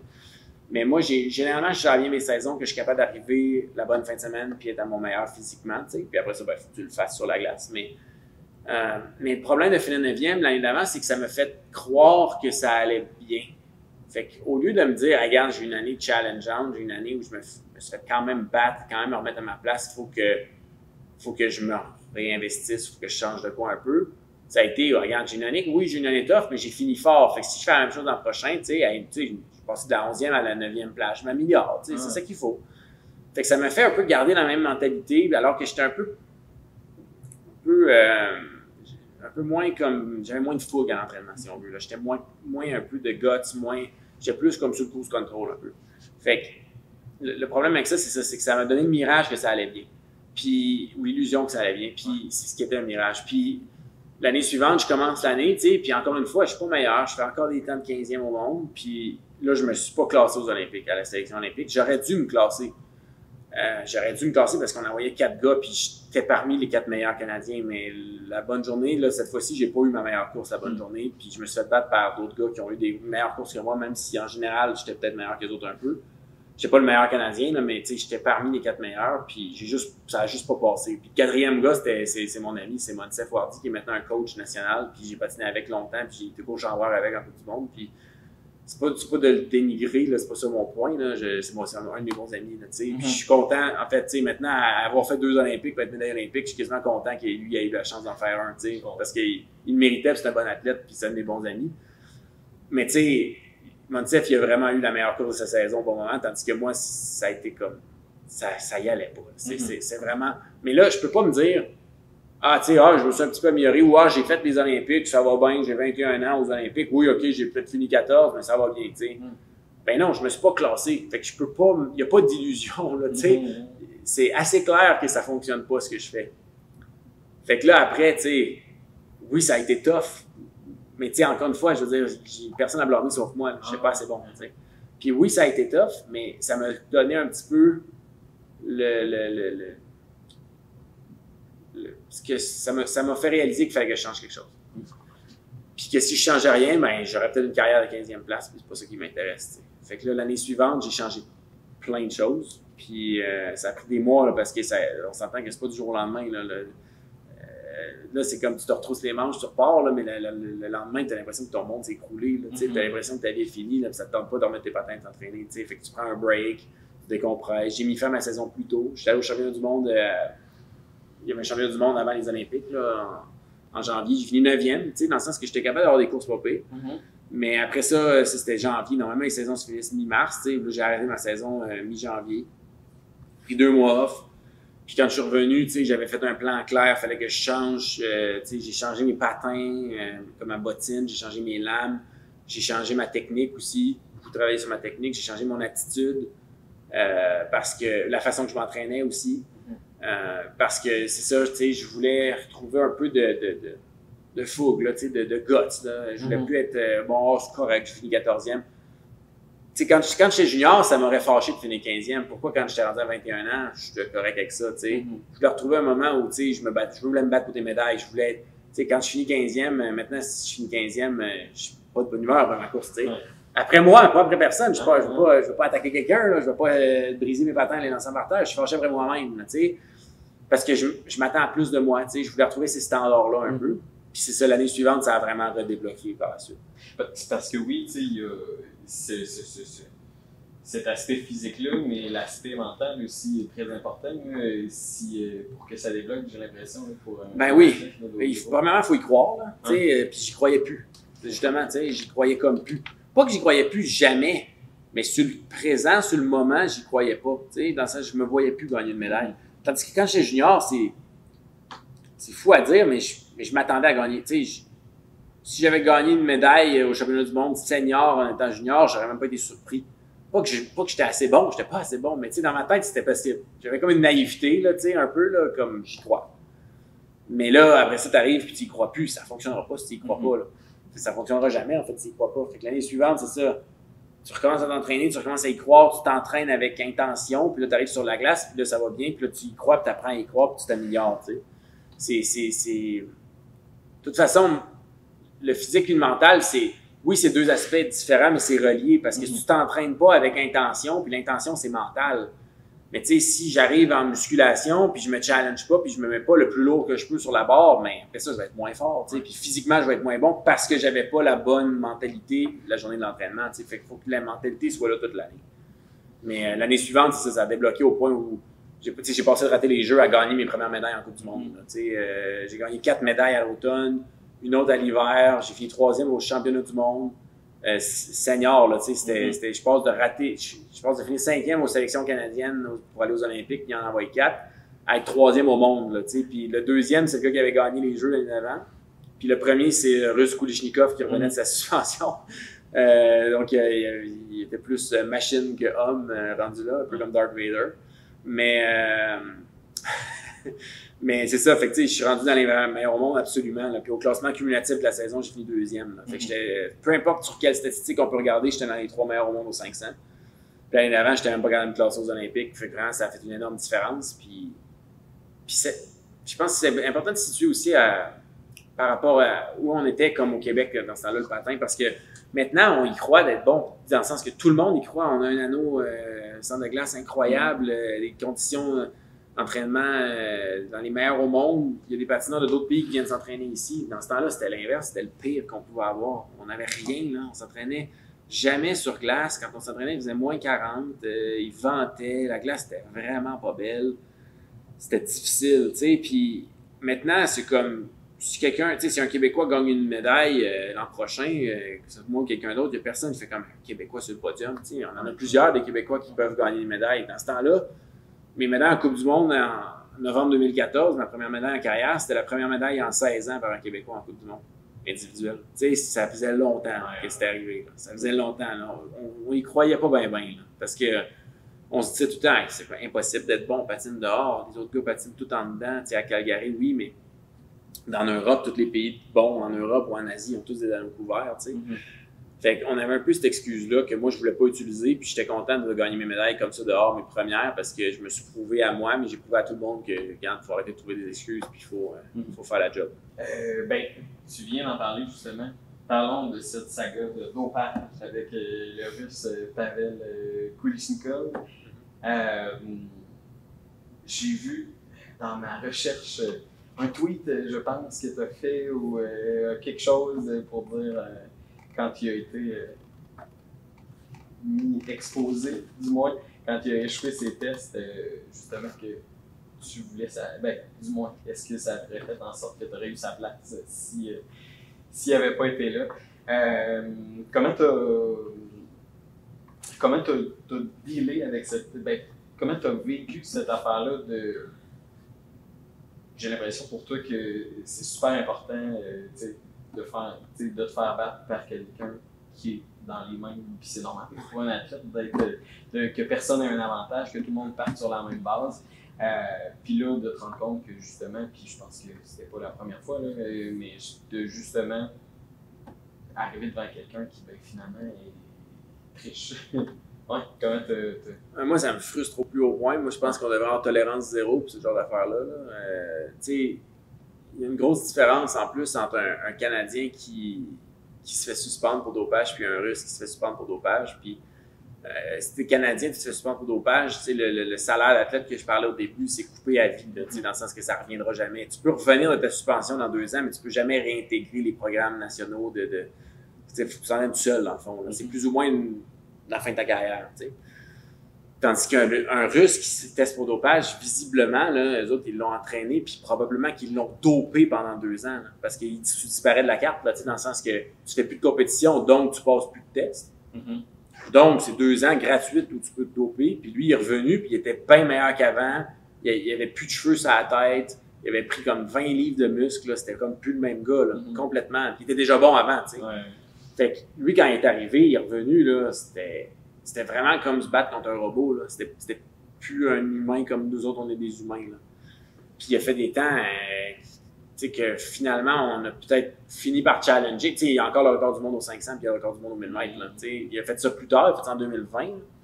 Mais dans le sens qu'il y a encore les records du monde, il a été champion du monde genre 7 ou 8 fois, là, tu sais, puis il a gagné une trentaine de Coupes du Monde. Il a une bien meilleure carrière que moi, mais moi, je pense que si tu t'as triché un jour puis tu t'es fait pogner, ça devrait être fini. Tu devrais plus avoir le droit de revenir. Là. Parce qu'il y a des... Là, je suis pas un scientifique, là, mais il y a des études qui prouvent que le dopage que tu fais perdure dans le temps, même si tu arrêtes. Comme c'était des études, là, je cite une étude, il faudrait vérifier, là, mais c'est sur des rats là, qui dopaient ils shootaient des rats avec des stéroïdes, puis là, le rat, il est un rat ultra musclé, tu sais. Puis là, le rat, il court plus fort, il court plus vite sur sa petite roulette. Là. Mais après ça, il arrête de doper le rat. Puis le rat, il perd tout. Et après ça, si tu réentraînes le rat qui a déjà été dopé, il regagne une grosse partie du muscle, même s'il n'est plus dopé. Tu sais, dans le sens que c'est comme si l'effet reste dans ton corps pendant des années, même si tu ne prends plus de produit. Fait que, tu sais, lui, même s'il a arrêté de se doper par après, s'il s'est dopé dans le passé, il revient, il a des capacités supérieures à cause de ça. C'est totalement injuste. C'est comme si tu donnes à quelqu'un des hormones de croissance puis il grandit, il ne rapetisse pas quand tu arrêtes des pommes. Dans le sens qu'il a grandi. Là, c'est pas juste. C'est extrêmement frustrant. Puis en plus, c'est pas. On dit ça, mais en plus, il est russe là, dans le sens que ça a sorti là, après les Olympiques de Sochi, là, le reportage sur Netflix, Icarus, je sais pas si pas mal beaucoup de gens qui ont écouté ça, il est encore sur Netflix. Là, si vous n'avez jamais écouté ça, allez le voir. Là, c'est assez hallucinant, là, les systèmes de triche qu'il y avait, là, tu sais, puis c'est pas un individu isolé, c'est le pays au complet, là, fait que, oui, Kulichnikov est testé positif, mais il est dopé. Son ami, l'autre gars sur la ligne, il est dopé lui avec, puis l'autre aussi, là. Fait que, tu sais, c'est comme, c'est vraiment frustrant de courir contre des athlètes russes parce que ils font des performances que tu fais, voyons donc. Puis, tu sais, maintenant, il y a des gars que tu te dis, ben lui, je le battais complètement, là, il y a 2-3 ans, quand on avait 18, puis là, il est rendu qu'il a les bras gros de même, puis il a les jambes grosses de même, puis il est clairement arrivé quelque chose entre les deux, là, tu sais. Fait que c'était vraiment frustrant. Mais, dans le sens que, moi, mon but, c'est d'être le meilleur, puis même s'il y a un gars qui triche, qui me bat, si je suis pas meilleur que tous les autres gars aussi, j'ai du chemin à faire sur moi-même, tu sais. Dans le sens que ces champions du monde-là, oui, c'était une saison de rêve, 14-15, l'année 2014-2015, puis j'ai fini 3e au championnat du monde, mais le gars qui a fini 2, c'est un Néerlandais que j'ai pas de doute qu'il se dope, lui. Tu sais, dans le sens que le premier, c'est Kulichnikov, mais je me suis quand même fait battre par Michel Mulder, le deuxième, que si je le bats pas lui, ben, à un moment donné, ça veut dire qu'il faut que j'arrête de me concentrer juste sur Kulichnikov et de me trouver des excuses, il faut que j'essaie de battre l'autre gars aussi, tu sais. Puis peut-être qu'un jour même que je suis capable de le battre, Kulichnikov. Quand j'ai gagné le championnat du monde en 2021, c'est Kulichnikov qui a fini 2. C'était d'autant plus savoureux comme victoire. Mais mettons que dans ma carrière, il m'a battu plus souvent que l'inverse. Comme 9 fois sur 10, il me battait. Là. Fait que c'est sûr que c'est difficile à accepter. Mais s'il y a un Japonais qui me bat, puis les Japonais, j'ai pas de doute, ils sont archi basés sur l'honneur dans leur société, ils sont archi respectueux, j'ai pas de doute sur eux. Ben, tu sais, s'il y a un Japonais qui me bat puis je pense pas qu'il est dopé, ça veut dire que je peux être meilleur moi-même. S'il y a quelqu'un que je sais qui est clean qui me bat. T'sais. Fait que j'ai ça aussi.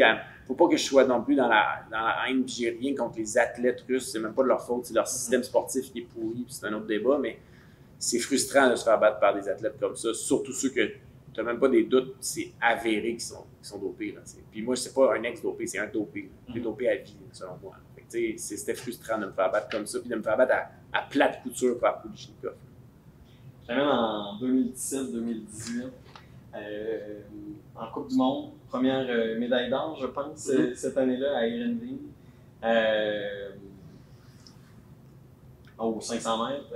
Comment tu vis ça, enfin, être sur la première marche du podium, d'avoir été le plus rapide en senior à ce niveau-là? C'était vraiment un beau moment. Au final, ça a été un beau moment dans une année très difficile, malheureusement, mais parce que c'était la première Coupe du Monde de l'année. Puis, première course, j'étais dans le groupe B. J'avais commencé dans le groupe B. On n'avait pas beaucoup de place dans le groupe A. C'était en tout cas le processus de sélection. Mais je monte au groupe A. Deuxième course, première fin de semaine, il y avait 2 500. Deuxième course, je gagne. Là, je suis comme, bon, ben, regarde, c'est parfait. C'est l'année olympique. Ça lance parfaitement ma saison olympique. Première victoire en carrière, c'est spécial. À Ironman, en plus, c'est doublement spécial parce que c'est comme c'est l'amphithéâtre où gagner. Là, dans ce qu'il y a 10 000 personnes dans les estrades, des 10 000 fans de patins, c'est vraiment là. Les 2, 3, 4, 5e de la course, c'était des Néerlandais, c'est aux Pays-Bas. C'est comme dans leur stade, j'ai comme complètement ruiné le party. Là, il aurait fini 2, 3, 4 si j'avais pas été bon. Je pense que c'est ta place préférée. C'est ma place préférée de patiner, oui. La glace est super belle, les temps sont rapides, la foule, il y a une passion pour le patin qu'il n'y a pas dans le reste du monde. Fait que c'est vraiment des beaux moments. Puis, encore une fois, oui, quand les athlètes, on est souvent tournés vers le futur. Fait que tu gagnes, tu te fais, je suis le meilleur, mais tu t'attardes pas là-dessus, tu fais, OK, fait qu'est-ce que ça veut dire pour la prochaine course? Qu'est-ce que ça veut dire pour. Puis des fois, je pense qu'on devrait s'attarder un peu plus sur nos accomplissements. Parce qu'à un moment donné, on a travaillé des mois et des mois et des mois pour avoir cette médaille-là. Fait que tu devrais la savourer plus que 2 secondes puis te tourner vers le futur. Mais souvent, on se tourne vers le reste de l'année. Puis c'était une médaille d'or en début de saison olympique. Fait que tu dis, regarde. Le gars qui avait gagné à l'autre 500 la veille, c'est Lorenzen, un Norvégien, il a gagné rendu au jeu. Dans le sens que c'est bon signe d'être bon au début de l'année. Oui, tu veux être bon plus tard, plus qu'au début, mais en même temps, généralement, si tu gagnes la première course d'année, c'est bon signe. Fait que j'étais super content. Puis première victoire à vie, première victoire par un, je vais pas dire de niaiserie, mais par un Québécois depuis 1998, je pense. Là. Fait que ça faisait comme 19 ans. C'était comme, parce que moi, j'avais jamais gagné de médaille d'or avant ça. Mais ouais, c'était vraiment un gros moment. Puis une médaille qui va rester spéciale pour le reste de ma vie, clairement. Puis justement, tu disais cette saison-là, après, ça a été plus difficile. On s'est rendu jusqu'à Pyeongchang, premier Jeux olympiques que tu fais. Je pense que ça n'a pas été non plus comme tu voulais sur la glace. Non, il est arrivé plusieurs choses en cours d'année qui ont un petit peu fait dérailler ma saison. Là. L'année suivante, la semaine après ma victoire, j'ai eu une autre bonne fin de semaine. J'ai fini 7e, mais c'était une bonne course. Des fois, c'était pas nécessairement une moins bonne course, ma victoire, là, ça dépend juste des circonstances un peu, ou des fois d'autres gars ont des meilleures courses. Mais c'était bon. Après ça, je suis tombé quand même pas pire malade. Là, comme 2 gros rhumes en ligne. Mais tu sais, 2 rhumes, là, comme tu sais, un de mes plus gros rhumes à vie que tu finis par passer par-dessus, puis là, t'es en compétition, puis t'as pas bien. Puis 2 jours après, t'en pognes un autre. Mais c'est quand que tu tombes de malade. J'ai des enfants à la garderie, puis je tombe pas malade 2 fois dans les même 2 semaines maintenant. Là, fait que c'est vraiment, je sais pas ce qui s'est passé, là, mais ça a été tough. Puis là, après ça, ça a fait que j'ai vraiment un reste d'automne difficile. Puis j'ai pas eu une préparation idéale vers les sélections olympiques. Puis rendu aux sélections olympiques, j'ai fini 4e, puis on envoyait juste 3 gars. Mais il fallait que tu aies réussi le standard précédemment dans l'année ou la journée des sélections. Le standard canadien, que le Canada imposait un standard. Puis un des gars qui m'a battu n'avait pas le standard. Fait que lui, il n'était pas éligible aux Olympiques. Fait que j'y allais quand même parce que j'étais le 3e qui avait le standard. T'sais. Mais lui, il a fait appel. Fait qu'il il a fait appel au tribunal du sport. Fait que là, les avocats, puis des rencontres d'avocats, puis tu sais que ma place aux Olympiques n'était plus décidée sur la glace par les performances, elle allait être décidée par des combats d'avocats. Ouais. Ça, c'est drainant. Pour ces gens qui sont allés en cours, là, j'imagine qu'ils le savent, là, mais en tout cas, moi, j'avais jamais eu d'expérience de ça, mais c'est vraiment drainant. Puis la raison que j'aime le long piste, parce que ça se joue sur la glace. Si t'es assez bon, t'es pas assez bon, mais là, c'est plus ça. C'est une question d'opinion. Puis ça reste un humain qui prend une décision en fonction de ce qui était écrit dans les critères de sélection. Puis finalement, ils m'ont donné raison, puis c'est moi qui est allé, mais passer un mois de temps dans des affaires d'avocat, puis de papier, puis tout, j'étais arrivé aux Olympiques vidé mentalement. Puis complètement. Puis en fait, même un mois avant, quand c'était en train de se décider, on était en Allemagne en Coupe du Monde, puis là, je faisais des courses dégueulasses, là, j'avançais vraiment pas, puis même je me suis blessé à l'aine, je me suis comme claqué l'aine en Coupe du Monde, assurément parce que j'étais stressé, j'étais tendu, j'étais pas concentré sur les bonnes affaires. Puis fait que là, il a fallu que je prenne 2 semaines off à même pas un mois des Jeux aussi. J'étais arrivé au jeu, j'avais un peu mal à la laine, j'étais vidé, j'avais perdu comme peut-être 5-7 livres. Là, j'étais vraiment rongé par le stress. Fait que j'étais arrivé là, puis je le savais avant les courses que mes chances de médaille que j'avais clairement au début de l'année, quand on a une Coupe du Monde, j'en avais plus. J'en avais plus du tout. Puis j'étais aussi bien d'oublier ça tout de suite, d'essayer d'avoir du fun, puis juste de vivre un peu l'expérience parce que je le savais que j'avais physiquement, là, j'étais complètement drainé, j'avais plus ce que ça prenait pour gagner les médailles. Ça a-tu teinté justement ton expérience de premiers Olympiques? Parce que, tu sais, je te suis depuis 5 ans, là, on se parle, on s'est parlé souvent, puis tu répètes souvent que, ben, tu veux jamais te présenter à une compétition en touriste, tu veux être là pour performer. Fait que j'imagine que ça a dû teinter ton expérience une fois là-bas. Oui, clairement. C'était pas les Olympiques que j'avais envisagé ou dont j'aurais rêvé. Parce que, comme tu dis, c'est ça, moi, la seconde que je croirais plus à mes chances de médaille, je vais arrêter, tu sais. Puis des fois, il y a des courses peut-être que tu sais que t'es malade, t'as pas de chance tout, mais tu sais, dans le sens que là, je savais que je n'étais pas du tout dans le game, tu sais. Puis ça faisait longtemps, tu sais, ma médaille était en novembre, là, on était rendu en février, ça fait 3 mois misérables entre les deux où je finis 15e, 19e, j'avance pas, tu sais. Fait que c'était vraiment pas facile.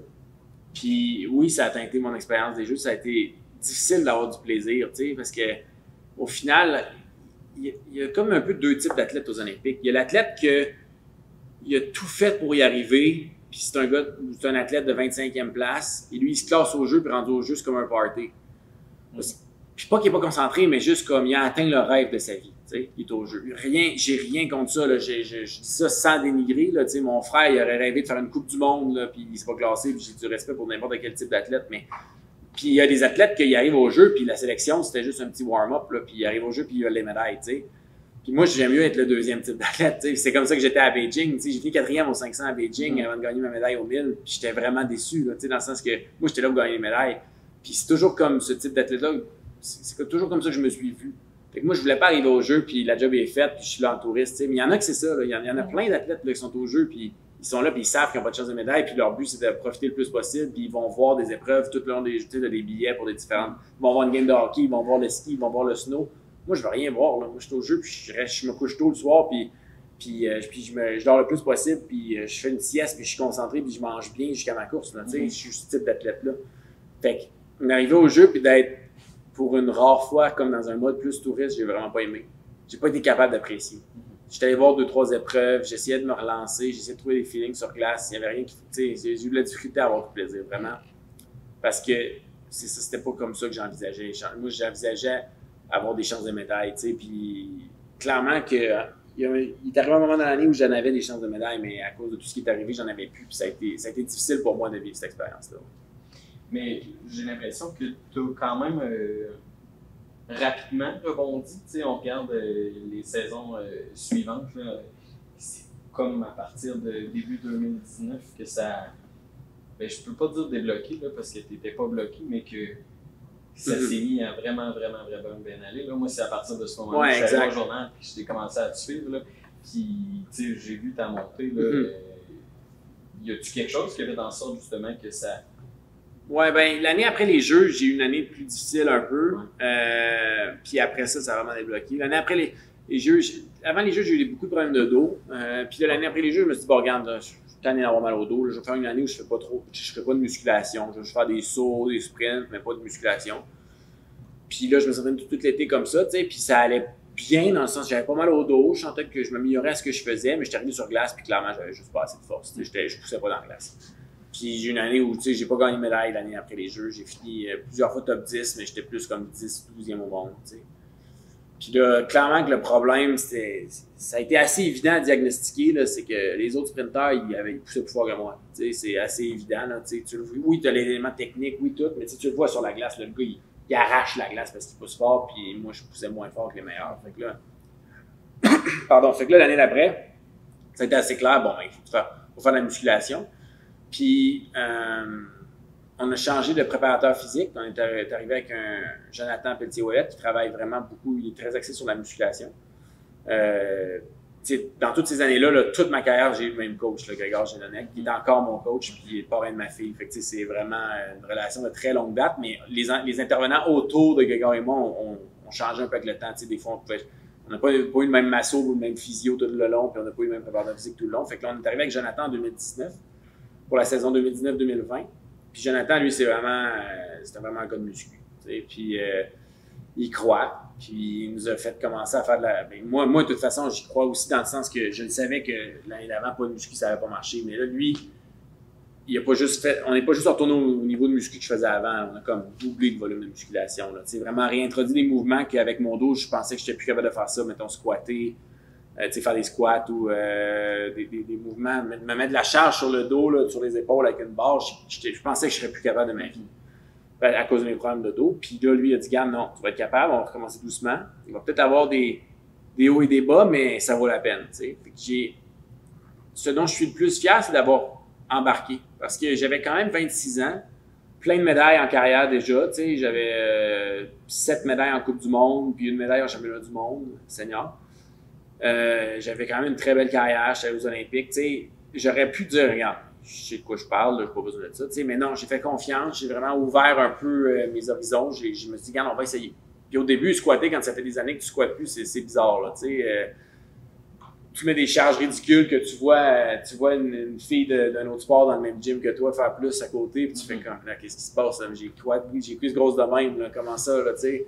Mais non, sois patient, Laurent, tu sais, regarde, on va travailler la technique. Je sais que tu peux mettre plus lourd, mais on y va juste technique. Fait que je veux pas que tu mettes plus lourd tant que t'es pas capable techniquement de... Fait que là, on y va tranquillement, puis on recharge. Plus l'été avance, plus ça va bien, tu sais. Puis le même été aussi est née ma fille Rose.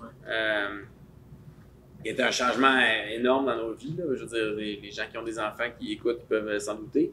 Puis je pense que ça m'a libéré mentalement. Parce que sur le coup, je me disais, bon, regarde, je suis prêt à être moins bon en patin. Dans le sens que, du moment qu'on a eu des enfants, j'étais prêt à être moins bon en patin. J'étais prêt à même avoir arrêté de patiner pour mes enfants. Ce qui est encore le cas. Ça me ferait mal au cœur parce que c'est ma passion, mais je ferais le choix quand même. Puis, heureusement, on est capable de faire les deux, mais sur le coup, je me disais, tu sais, il va y avoir des mauvaises nuits, ça va être tough, c'est sûr que ça sera pas idéal. Puis, une vie d'athlète, c'est une vie égoïste. Tu sais, on fait des siestes, on revient chez nous, on s'écrase sur le divan. Tu sais, mettons, la plupart des athlètes là, que je connais là, reviennent à la maison, puis leur blonde ou leur chum veut aller marcher avec eux autres. Là, une petite marche après le tu sais, une petite marche le soir après souper. Non, je suis trop fatigué, mal aux jambes. Tu sais, c'est ça une vie d'athlète. Tu t'écrases dans tes entraînements, puis tu fais rien. Puis là, avec des enfants, ben, clairement, c'est pas comme ça. Ma vie, c'est pas ça. Là, là, je vais revenir à la maison tantôt, puis probablement que Andréane va me dire, là, regarde, Nathan, il pleure depuis 2 heures, là, c'est ton dos. Puis je peux pas aller m'allonger. Ouais. C'est comme ça a changé complètement. Mais par contre, ça m'a libéré. Ça m'a fait réaliser que ça vaut pas la peine d'être stressé. C'est pas grave, ça va pas bien, justement. C'est bien plus important la famille. Puis mon mindset a changé. Ça m'a beaucoup aidé. Fait que les deux, là, la musculation, la nouvelle préparation physique, puis mon premier enfant, m'a beaucoup aidé à être meilleur physiquement, puis être mieux placé mentalement pour performer dans aux courses. Puis c'est vraiment cette année-là, là, en cours d'année, que ça a débloqué. Là. J'ai gagné une médaille à l'automne, mais à l'hiver, là, j'ai enchaîné les médailles, puis c'est plus ou moins une séquence qui est encore en cours, là, où je gagne des médailles presque à chaque course que je fais depuis. Là. Puis je t'amène à cette première médaille d'or aux 500 mètres au championnat du monde en 2021. Comment que tu as toujours eu l'objectif d'être le plus rapide sur la glace? Cette année-là, tu l'étais. Comment tu vis cette... Est-ce que c'est célébration, consécration? Enfin, on a atteint cet objectif-là. Oui, mais c'était d'autant plus bizarre que cette année-là, ça a été une année tout sauf normale. Ouais. L'année d'avant, l'année finie, je finis 2e au championnat du monde sprint, je finis 3e au 1000 mètres au championnat du monde, je gagne plusieurs médailles en Coupe du monde. Puis là, l'année finie, puis la COVID arrive. Comme du tac au tac. Là. On est revenu, puis on s'est mis en quarantaine. Ça n'existait pas une semaine avant. Ça existait, mais dans le sens ça n'avait pas frappé le Canada quand on était au Coupe du monde. On revient, ça frappe le Canada, puis on venait de l'étranger 2 semaines à la maison. Ouais. Fait que là, bon, OK. Au début, on pensait que ça allait être 28 jours. Hein, on s'en est finalement sorti, là, mais sur le coup, on pensait que ça allait être 28 jours. Fait qu'on s'est dit, bon, regarde, ça va être une couple de semaines.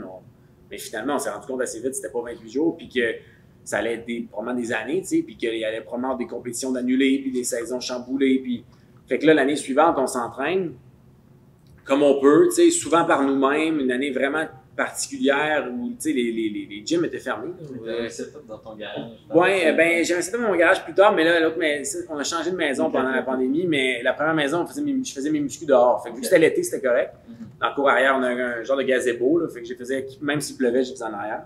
Parce qu'on n'avait pas de garage, fait que j'aurais pas pu les faire en dedans. Mais c'était particulier quand même. Tu sais, moi, de partenaire d'entraînement, mon coach, mon préparateur physique sont sur Zoom, sur l'ordi. Tu sais, je mets l'écran d'ordi puis qu'ils voient mon squat dans la lumière, on voit rien. Il devait dire « Ah, d'après moi, c'est correct. » Tu sais, je veux dire, ils ne devaient pas être motivés, eux autres non plus. Là.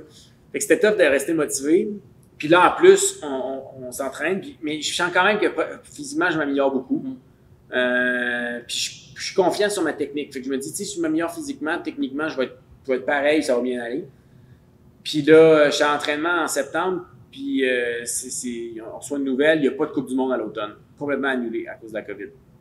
Ça a été un coup dur parce que j'avais fini la saison d'avant sur une séquence de médailles. Mon meilleur mois à vie, là, comme un stretch exceptionnel pour moi. Puis je savais que j'étais encore meilleur. Tu sais, que je m'étais encore amélioré, fait que j'y croyais encore plus. On m'enlève ça, à tout le monde, mais moi, je sentais comme la meilleure saison de ma vie qui m'était arraché des mains, là, tu sais. Que j'allais pas pouvoir prouver que j'étais vraiment rendu à ce niveau-là. Fait que là, ça a été tough. Motivation, ça a été très tough. On pouvait pas patiner ici, le centre de glace n'était pas construit encore. Les camps d'entraînement, on oublie ça pendant la COVID, on ne pouvait pas voyager. Calgary, l'anneau a brisé. Fait que les patineurs canadiens, on pouvait pas patiner. Puis là, on a fait un camp d'entraînement une fois là, dans le nord de la Colombie-Britannique pour patiner. J'ai patiné 10 jours. Puis là, pendant ce camp-là, ils ont confirmé qu'il allait y avoir des Coupes du Monde à l'hiver, en janvier, février, puis un championnat du monde. Tout aux Pays-Bas, dans une bulle, où tu es dans le même hôtel, puis tu sors pas de l'hôtel. Ouais, puis c'était tout rapproché, là, je pense. Exact. C'était comme un mois. Tu avais 2 Coupes du Monde, une semaine off le mondial. Ouais, c'est ça. Fait que ça, on était vraiment contents. Au moins, notre sport avait été capable de s'organiser, puis on avait été capable d'avoir une compétition. Il y a des sports qui n'ont juste rien eu de l'année. Les Olympiques ont été reportés l'été 2020. Là, fait que je veux dire, c'était quand même assez sérieux. Puis, fait que là, on s'est dit OK, mais en même temps, je peux pas patiner, ça sera pas facile. Là, je comprends, je squatte plus fort et je saute plus haut que l'année d'avant, là, mais à un moment donné, je pense oublier ma course. J'ai pas de l'âme avant de soulier. Là, fait que, mais on arrive là-bas, puis je commence à patiner, puis je me sens bien, curieusement bien. Mais tu sais, d'habitude, on patine à partir du mois d'août, continuellement, toutes les semaines, jusqu'en février, mars, pour les championnats du monde. T'sais. Mais là, j'avais patiné 1 semaine et demie au mois de juillet à Calgary avant que l'anneau ferme, puis 1 semaine et demie au mois de novembre en Colombie-Britannique, puis c'est tout. Puis là, on est rendu en mi-janvier. Fait que ça fait 2 mois que je vais patiner. Puis là, on arrive, puis là, c'est comme mais en Europe, ça patinait, là, parce que les autres, leurs anneaux sont restés ouverts, là. On avait des mesures strictes. Puis en fait, mais on aurait pu patiner à Calgary, mais l'anneau brise. À un moment donné, il y a des limites. Les autres, leur anneau n'a pas brisé, là, c'est quand même une malchance. Là. Fait que, on arrive là, puis les autres sont prêts. Là. Les temps n'étaient pas moins vite, là, curieusement, que d'autres années. Les temps étaient aussi vite, sinon plus vite que d'habitude. Les gars étaient vraiment en forme, puis le calibre était relevé. Puis j'arrive, puis je me sens bien sur glace, je me sens très bien. Puis première course, je gagne une médaille en Coupe du monde. Puis j'ai patiné 1 semaine avant la première course, 1 semaine là-bas sur place. Mais sinon, c'est 2 mois sans toucher aux lames. Et là, c'est vraiment bizarre. Là. Les autres patineurs n'en revenaient pas. Là. Mais moi, je sais que ma technique revient vite, mais je pense pas qu'elle revenait si vite que ça. Puis finalement, c'est ça. Fait que à chaque course, j'étais un petit peu plus vite, un petit peu mieux. Puis ça a culminé avec ma victoire au championnat du monde au 500 mètres. Puis aussi une 3e place au 1000 mètres. C'est mes meilleurs championnats du monde à vie. L'année où j'ai pas patiné de l'année, là. C'est assez incroyable. C'est dur à imaginer comment que ça s'est passé. Je pense que je suis un meilleur patineur maintenant, mais j'ai vraiment eu des courses exceptionnelles à ce moment-là. C'est vraiment quelque chose que je pourrais, même à ce jour, je pourrais pas expliquer. Après cette saison-là qui était extraordinaire, mais qui était aussi extraordinaire dans sa tenue, là, dans le sens que on arrive à une année olympique, on arrive à Beijing 2022. Clairement que là, tu es dans un meilleur état d'esprit, tu es dans ta meilleure forme physique à vie comparativement à Pyeongchang. Comment ça se passe cette année-là qu'on se rend à ces Olympiques-là? Ben, probablement, l'entraînement d'été allait incroyablement bien. Là, les Olympiques, on a pu s'entraîner de façon plus normale. Là. Pas tout à fait normal, mais comme extrêmement normal par rapport à ce qu'on venait de se faire infliger l'année d'avant. Fait que, tu sais, l'entraînement, c'était vraiment bien. J'ai été généralement sans blessure tout le long de l'été. Mes charges au squat, mes sauts étaient incroyables. Tu sais, tout ce qui est vraiment power, là, ce qui est relatif aux 500 ou ce qui amène une bonne performance aux 500, c'était le meilleur de ma vie à ce moment-là. Et c'était vraiment bien. J'étais super confiant. Puis là, on arrive sur glace, puis ça patine extrêmement vite dès le début, super vite. Bonne technique, puis tu sais, certains de mes meilleurs temps à vie dès le début de la saison. Puis là, en Coupe du Monde à l'automne, 8 médailles en 8 courses aux 500. J'étais assez clairement le premier au monde. Là. Il y avait un Chinois qui était aussi bon que moi, c'est juste qu'il sautait une course sur 2, là, mais j'étais vraiment dominant aux 500 mètres. Puis au 1000 mètres, j'étais peut-être pas à mon meilleur, mais j'étais à peu près top 8, là, généralement top 10, puis 5 à 9e place. Là. Fait que c'était très bien comme automne, puis je sentais qu'en plus, autant j'étais bon à l'automne, je pensais que j'étais capable de faire plus vite rendu à l'hiver. Fait que ça a été vraiment un début d'année exceptionnel. Même j'ai battu le record canadien de Jeremy Waterspoon, qui datait depuis 15 ans, en faisant le deuxième meilleur temps, le deuxième meilleur homme de tous les temps, là, après 2 courses de Kulichnikov. Fait que si c'était pas de Kulichnikov, encore une fois, j'aurais le record du monde.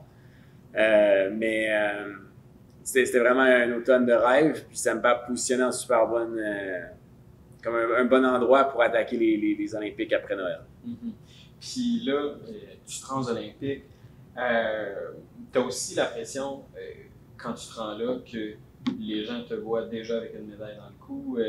On a même des prévisions comme quoi tu seras sur la première marche du podium. Quand on dit Laurent Dubreuil, on dit une chance certaine de médaille aux 500, puis peut-être aux 1000. On arrive aux 500. Comment ça se passe? J'ai fini 4e. C'est sûr, c'était pas le résultat que je voulais. Moi aussi, j'espérais une médaille, mais c'était pas une mauvaise course. C'était juste pas une bonne course. Mais c'était une course certainement meilleure que certaines de mes courses qui m'ont donné des podiums à l'automne. Dans le sens que la marge entre une médaille et une 4e place, des fois, là, c'était 3 centièmes de seconde. Fait que, tu sais, c'est rien. C'est vraiment une petite différence pour une énorme différence de résultat, là, on s'entend.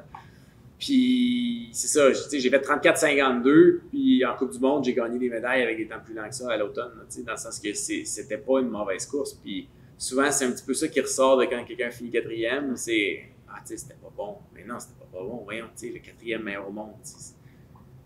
Qui est le 4e meilleur joueur de hockey au monde? C'est une vedette. T'sais. Le 5e, c'est une vedette aussi, là, dans le sens que c'est juste qu'en sport olympique, il donne 3 médailles. Là. Il pourrait en donner 2 aussi, puis là, ce serait le 3e, qu'on dirait que c'est pas bon. T'sais. Mais c'était pas ma meilleure course, par contre. T'sais. Je le savais parce qu'à l'entraînement, ça allait très bien avant la course. Fait que c'est pas que j'avais plus les capacités, c'est que j'ai juste pas été aussi parfait dans mon exécution que plus tôt dans l'année. J'ai patiné de façon un petit peu tendue. Un petit peu défensif peut-être. Puis je pense que les circonstances n'étaient pas faciles non plus. Tu sais, dernière paire aux Olympiques, tu vois tout le monde faire avant toi. Il y a eu un faux départ dans ma course que je pense à ce jour pas que c'était un faux départ. Là. Ça me semble pas du tout être un faux départ sur la reprise non plus, puis en temps réel non plus. Puis là, le faux départ, tu sais, j'ai déjà gagné des médailles, j'ai déjà gagné des courses avec un faux départ. Là. C'est pas que ça m'empêche de bien faire, c'est juste que quand tu fais un faux départ, puis tu sais que tu as fait un faux départ, c'est une chose. C'est bon, OK, je vais voler le départ, je vais en faire un autre, je vais être plus patient. Mais là, c'est que tu bouges pas. Là. Tu sais que tu n'as pas bougé, puis tu donnes un faux départ. Là, dans ta tête, ça doute parce que tu te dis, là, qu'est-ce qu'il faut que je fasse pour pas qu'il m'en colle un autre? Ouais, parce que si tu as 2 faux départs, disqualifié. Exact. Fait que, si tu sais que j'ai pas bougé, il m'en a donné un, qu'est-ce qui l'empêche de m'en donner un autre si je bouge pas? T'sais? C'est comme, il est assez sévère, là, tu sais. Fait que là, tu doutes dans ta tête, tu veux être absolument immobile, puis là, tu es un petit peu trop lent à réagir, tu perds une petite fraction de seconde, puis là, après ça, tu patines pour essayer de te rattraper, puis tu as des pensées négatives tout le long de ta course versus être en confiance, tu sais. Puis le gars avec qui j'étais pairé, Shinama, était 2e au monde, puis lui, il a fini 20e. Là. Fait que, ma 4e place, c'était pas si pire que ça, là, dans le sens que c'était pas des circonstances faciles. Je pense qu'ils ont un petit peu fait avoir, puis c'est malheureux parce que j'avais vraiment des bonnes jambes. Parce que j'étais capable de prouver au 1000 mètres 6 jours plus tard, d'ailleurs, en gagnant ma médaille d'argent. Parce qu'au 1000 mètres, vraiment, tu sais, au 500, j'ai gagné des médailles dans ma carrière, j'ai gagné plein de médailles, puis j'en ai gagné plusieurs avec des courses que je jugeais pas super bonnes, tu sais. Mais au 1000 mètres, pour gagner une médaille, il faut que la course soit pas mal parfaite. C'est moins naturel pour moi. Puis, tu sais, en arrivant au jeu, j'avais 23 médailles en Coupe du Monde. J'avais 23 médailles avant les Jeux. J'en avais, en carrière en Coupe du Monde, j'en avais 21 aux 500, puis 2 au 1000 mètres. Fait que, tu sais, oui, OK, j'ai peut-être des chances de médaille au 1000 mètres, mais ils sont grosses de même. Là, fait que c'est assez spécial que ça passe pas cette fin de semaine-là au 500, mais ça passe au 1000. Quand dans ma vie, toutes les fois où j'ai gagné une médaille au 1000, j'en avais gagné au 500 la même fin de semaine, ça voulait dire que j'étais juste vraiment bon cette fin de semaine-là. Tandis que là, j'ai été capable de rehausser mon niveau sur ma plus faible distance, qui est une des choses dont je suis plus fier dans ma vie là, à cause de ça. Mais justement, de rebondir de cette déception, tu sais, on s'est parlé, je me souviens pas, mais je sais qu'après ton 1000, on s'est parlé, mais après le 500, je me souviens pas si on a parlé, mais la déception était grande, je veux dire, même si, bon, ton objectif en tant qu'athlète, c'est d'y aller compétition par compétition, puis que ce soit les Olympiques, que ce soit pas les Olympiques, à un moment donné, c'est une autre course d'attitude, mais de passer à côté de ça quand t'es pas convaincu que tu as des chances pour l'autre, puis que en ce moment, tu es le meilleur au monde aux 500 mètres en Coupe du Monde, le coup doit être grand à absorber pour que dans 6 jours, tu sois dans le bon mindset pour pouvoir offrir la meilleure performance que tu as. Je pense qu'il n'y a personne qui me voyait rebondir comme ça là, après le 500. Après le 500, ma pensée, ça n'a pas été j'ai une autre course dans 6 jours, ça va être long 4 ans. Ça va être vraiment long. Puis je ne sais pas si je vais être encore bon dans 4 ans, à 33. Là. Parce que c'est ça, sur le coup, mais je sentais pas que j'avais des chances de médaille nécessairement au 1000. Puis après ça, j'ai commencé à y repenser. Puis je me suis dit, regarde, je vais patiner. J'aurais pas de pression en tout cas. Je vais patiner plus léger. Puis on verra. Puis ça me fait penser à un des grands moments de l'histoire du patin aux Olympiques. C'est les Jeux de 94. Puis Dan Jansen, un Américain, qui lui a été le meilleur. Il était bien meilleur que moi. Il a gagné 50 Coupes du Monde, Dan Jansen. J'ai 5 victoires en Coupe du Monde. Il y en a 50. Puis lui, au jeu de 88, c'était le favori. Puis sa sœur est décédée la semaine d'avant. Puis il est tombé dans ces 2 courses. Là, au jeu de 92, c'était le favori. Puis encore une fois, il y a eu des pertes d'équilibre. Ça n'a pas fonctionné. Puis il n'a pas gagné de médaille. Puis là, c'était le favori au jeu de 94 encore. Au 500 puis au 1000 souvent. Puis au jeu de 94, au 500, il finit 4e encore. Puis il a fini 4e, je me trompe pas, en 92 aussi. Puis c'était plus un gars de 500 que de 1000. T'sais. Fait que là, on était quand même, il n'est pas dû. Clairement, il ne gagnera jamais de médaille. T'sais. Puis au 1000 mètres, il a gagné les Jeux puis il a fait un record du monde. Puis après ne pas avoir une médaille au 500, il n'y a personne qui le voyait là. C'est vraiment un des 5 moments les plus mythiques du patin de vitesse non-piste, je dirais. Puis je me dis, ben regarde, c'est lui qui l'a fait. Pourquoi pas moi? T'sais, à un moment donné, ça se fait. C'est tough, là. C'est sûr que c'est tough. C'est sûr que ça a dû être extrêmement tough pour lui d'encaisser déception après déception après déception. Mais, tu sais, imagine à quel point il doit être fier maintenant, tu sais, dans le sens que ça vaut la peine. Fait qu'à un moment donné, il faut le faire, puis il faut se donner les chances de le faire, puis ça passera peut-être pas, mais je vais me mettre en position pour peut-être avoir une course comme ça. Puis, moi, par rapport à moi-même, j'ai eu une course comme ça. Encore une fois, Dan Jansen était meilleur que moi, ça lui a donné une médaille d'or, moi, ça m'a donné une médaille d'argent, mais, tu sais, ça a été vraiment un moment comme ça où j'étais capable de, malgré la déception énorme, j'étais capable de rapidement revenir dans un mindset positif, puis de me concentrer sur ce qui s'en venait, puis d'être positif dans mes pensées, puis c'est pas quelque chose que j'aurais été capable de faire plus dans le passé, tu sais, vraiment. Puis je sais même pas si je serais capable de le refaire maintenant, tu sais, mais je veux dire, la raison que j'étais capable de le faire, c'était à cause de ma famille, c'était à cause, entre autres, de Rose, mon fils Nathan n'était pas né encore. Parce que Rose, comme je le disais, elle me fait réaliser que c'est pas si important le patin. T'sais. Puis après ma 4e place, elle était fière de moi, elle était contente. Puis elle réalisait pas que j'étais déçu. Elle était juste contente de me voir. Puis je patinais vite. Bravo papa. T'sais. Puis ça me fait réaliser, si Rose, elle s'en fout, ben pourquoi moi, ça m'importe à ce point-là? C'est pas si important que ça. C'est juste du patin. T'sais. Fait que ça me fait réaliser, regarde, je vais juste aller faire du plaisir, je vais juste patiner, puis j'en avais pas de médaille olympique avant les Jeux, puis j'étais heureux. Fait que, tu sais, je repars les mains vides, mais j'étais heureux encore. Après une période de déception, c'est sûr. Mais ça m'a aidé beaucoup à me remettre dans le bon état d'esprit, puis j'étais capable de faire la course que je voulais.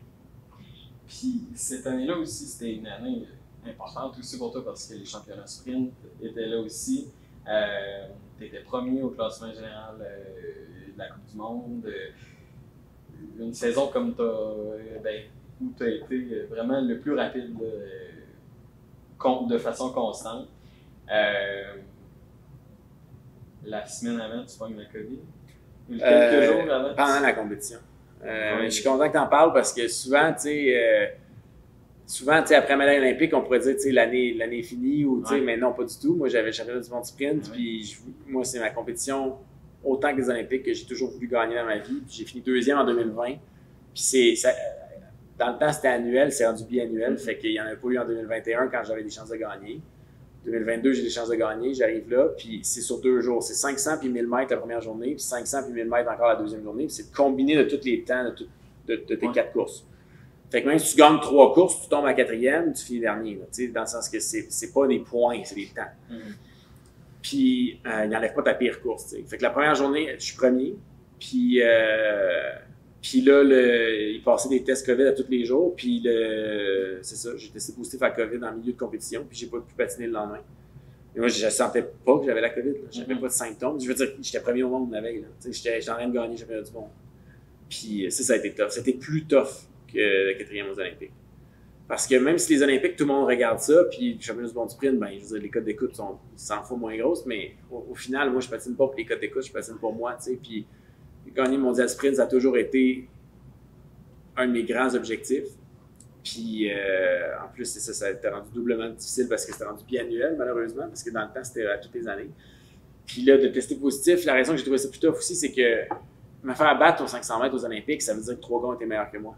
J'ai dit qu'il n'y avait pas de facteur chance en longue piste, là. Mais ça, c'était de la malchance, là. La COVID, là, c'était... Tu sais, je me suis pas fait battre, là. J'étais meilleur que le gars qui a gagné, là. Puis j'étais premier, c'est ça, puis j'étais premier, puis le lendemain, puis j'ai regardé les courses à TV, parce que j'étais dans ma chambre d'hôtel en quarantaine. Puis le gars qui a fini par gagner, qui était 2e après une journée, il a fait moins vite que la première journée, en plus. Dans le sens que j'aurais gagné probablement quand même facilement. Ça a été vraiment tough. Vraiment, vraiment, vraiment tough. Puis des hauts et des bas comme ça, mentalement, c'est dur de s'en remettre. Parce que je venais de perdre le championnat du monde sprint, je venais de perdre un des titres qui m'était le plus cher en carrière, que j'ai toujours pas gagné à ce jour, parce que l'an passé, il n'y en avait pas. Puis là, avec Jordan Stolz, qui est dominant au 500 pour 1000, comme on n'a jamais vu ça, c'est comme courir contre Usain Bolt, probablement que je le gagnerai jamais. On verra bien, là, mais tu sais, mettons que ça va être top. J'ai fait une croix dessus, là. Je vais me battre pour la médaille d'argent après moi, mais fait que c'était difficile d'accepter. Puis dans ma tête, je venais de perdre aussi le total de la Coupe du Monde parce qu'il y avait une Coupe du Monde la semaine d'après aux Pays-Bas. Puis là, j'étais en quarantaine en Norvège, puis il fallait que j'étais pas sûr d'être capable de prendre part aux courses la semaine suivante, tu sais. Fait que je venais de perdre, de 1, de gagner le championnat du monde sprint, de 2, de gagner le total de la Coupe du Monde, qui est comme notre globe de cristal là, en ski. 2 des choses que j'ai toujours voulu rêver, que j'ai toujours rêvé gagner, que j'avais jamais gagné ni un ni l'autre. Fait que là, ça a été un combat une course contre le temps, d'essayer d'avoir un test PCR, pas négatif, là, mais comme assez, ben, t'es très positif, moins positif, tu sais, dans le sens que tes valeurs, ça paraît, là. Fait que, tu sais, un test assez acceptable pour qu'il me réaccepte sur la Coupe du Monde. Puis j'ai eu ce test-là le vendredi, les courses, c'était samedi midi. Le samedi à 1h, j'ai eu le test le vendredi après-midi, acceptable, mais j'étais en Norvège encore, puis les courses étaient aux Pays-Bas. Puis il n'y avait plus de vol le reste de la journée. Fait que j'ai pris l'avion le lendemain matin, le samedi matin à 6h, j'étais dans l'avion. Ça fait une semaine et demie que j'ai pas patiné, ça fait une semaine et demie que j'ai pas quitté ma chambre d'hôtel. Je me suis pas entraîné une fois, je jouais à des jeux vidéo, je mangeais du chocolat. Puis pour me remonter le moral un peu. Parce que j'étais découragé. Puis fait que j'arrive là, direct de l'aéroport à l'anneau, avec mes valises. Là, je rentre là-dedans, les autres sont en train de s'habiller pour le réchauffement. Et il y a 1 heure avant la course, j'arrive là avec mes valises. On ouvre mes valises, on visse mes lames sur mes patins. J'embarque sur la glace, puis j'ai fini 2e. J'ai fait le même temps qu'aux Olympiques, aux 500 mètres. Je sais pas comment que ça s'est fait, ça non plus. C'est des courses comme ça que tu te dis... Tu sais, avant la course, c'est ça pourri, là. Tu sais, je commence à m'échauffer, puis là, le coach national sur place, c'était pas Grégoire, c'était mon entraîneur, c'était Bart Chowton, un coach de Calgary. Puis il me dit, tu sais, you look good. Puis là, je dis, Bart, lâche-moi la psychologie, là, genre qui fonctionnerait avec un enfant de 8 ans. Là. Je sais que ça avance pas. Là. Je me suis pas entraîné la semaine. J'étais dans la chambre d'hôtel toute la semaine. J'ai resté assis 20 heures par jour. Il faut même pas croire que ça look good. Il dit non. Tu patines bien. Là, on dirait que tu as patiné toute la semaine. Rien, là, après ça, je sors de la glace. Puis là, le physio, il me check. Puis moi, j'ai des problèmes de dos assez sévères. Puis là, j'avais pas pu voir de physio pendant une semaine. T'sais. Une semaine dans une chambre d'hôtel grande comme ma chambre à coucher, mettons que c'est pas idéal le dos, là, tu bouges pas bien bien. Fait que là, il me check, il dit ton dos, il va vraiment bien, là. Je dis, voyons donc, arrêtez de me niaiser, là, tu sais. Mais je me sentais bien, mais j'avais de la difficulté à y croire, tu sais. Puis là, j'arrive sur la glace, puis là, pour ma course, puis là, il y avait une foule de 12 000 personnes, tu sais, puis là, il me faisait une ovation, là, comme dans mon réchauffement, quand je passais devant, il m'applaudissait, là, parce qu'il savait, là, tu sais, c'est des fans de patins, ils étaient tout au courant, c'était dans les journaux, là. Fait que là, il dit, OK, ça va peut-être être une journée de même, là, ça va peut-être être une journée magique. Puis finalement, c'était, honnêtement, de toutes les choses que j'ai faites dans ma carrière, c'est mon moment le plus spécial de toute ma carrière. Parce qu'en plus, Rose et Andréane étaient sur place parce qu'ils étaient venus me voir patiner à la fin de l'année. On allait en vacances après en Europe. Puis, fait que je les avais pas vus, mais j'étais supposé les voir toute la semaine. Mais tu sais, ils étaient aux Pays-Bas, mais moi j'étais en Norvège. Fait que je finis la course, puis là, tu sais, avant la course, je les ai salués, tu sais, ils étaient dans les estrades. Puis là, après la course, je suis allé prendre Rose dans mes bras, puis j'ai fait un tour de piste avec. Puis là, le monde nous applaudissait, puis c'est vraiment un de mes moments les plus chers de toute ma vie parce que c'était toute la persévérance que ça m'a pris pour aller là. Puis avec ma deuxième place, j'ai été capable de gagner le total de la Coupe du Monde aussi. En fait, il fallait juste que je me présente, en fait, pratiquement. J'étais quasiment mathématiquement assuré de gagner si je prenais part aux courses. Ça a été vraiment frustrant de ne pas gagner, tu sais, parce que j'ai pas le droit de patiner.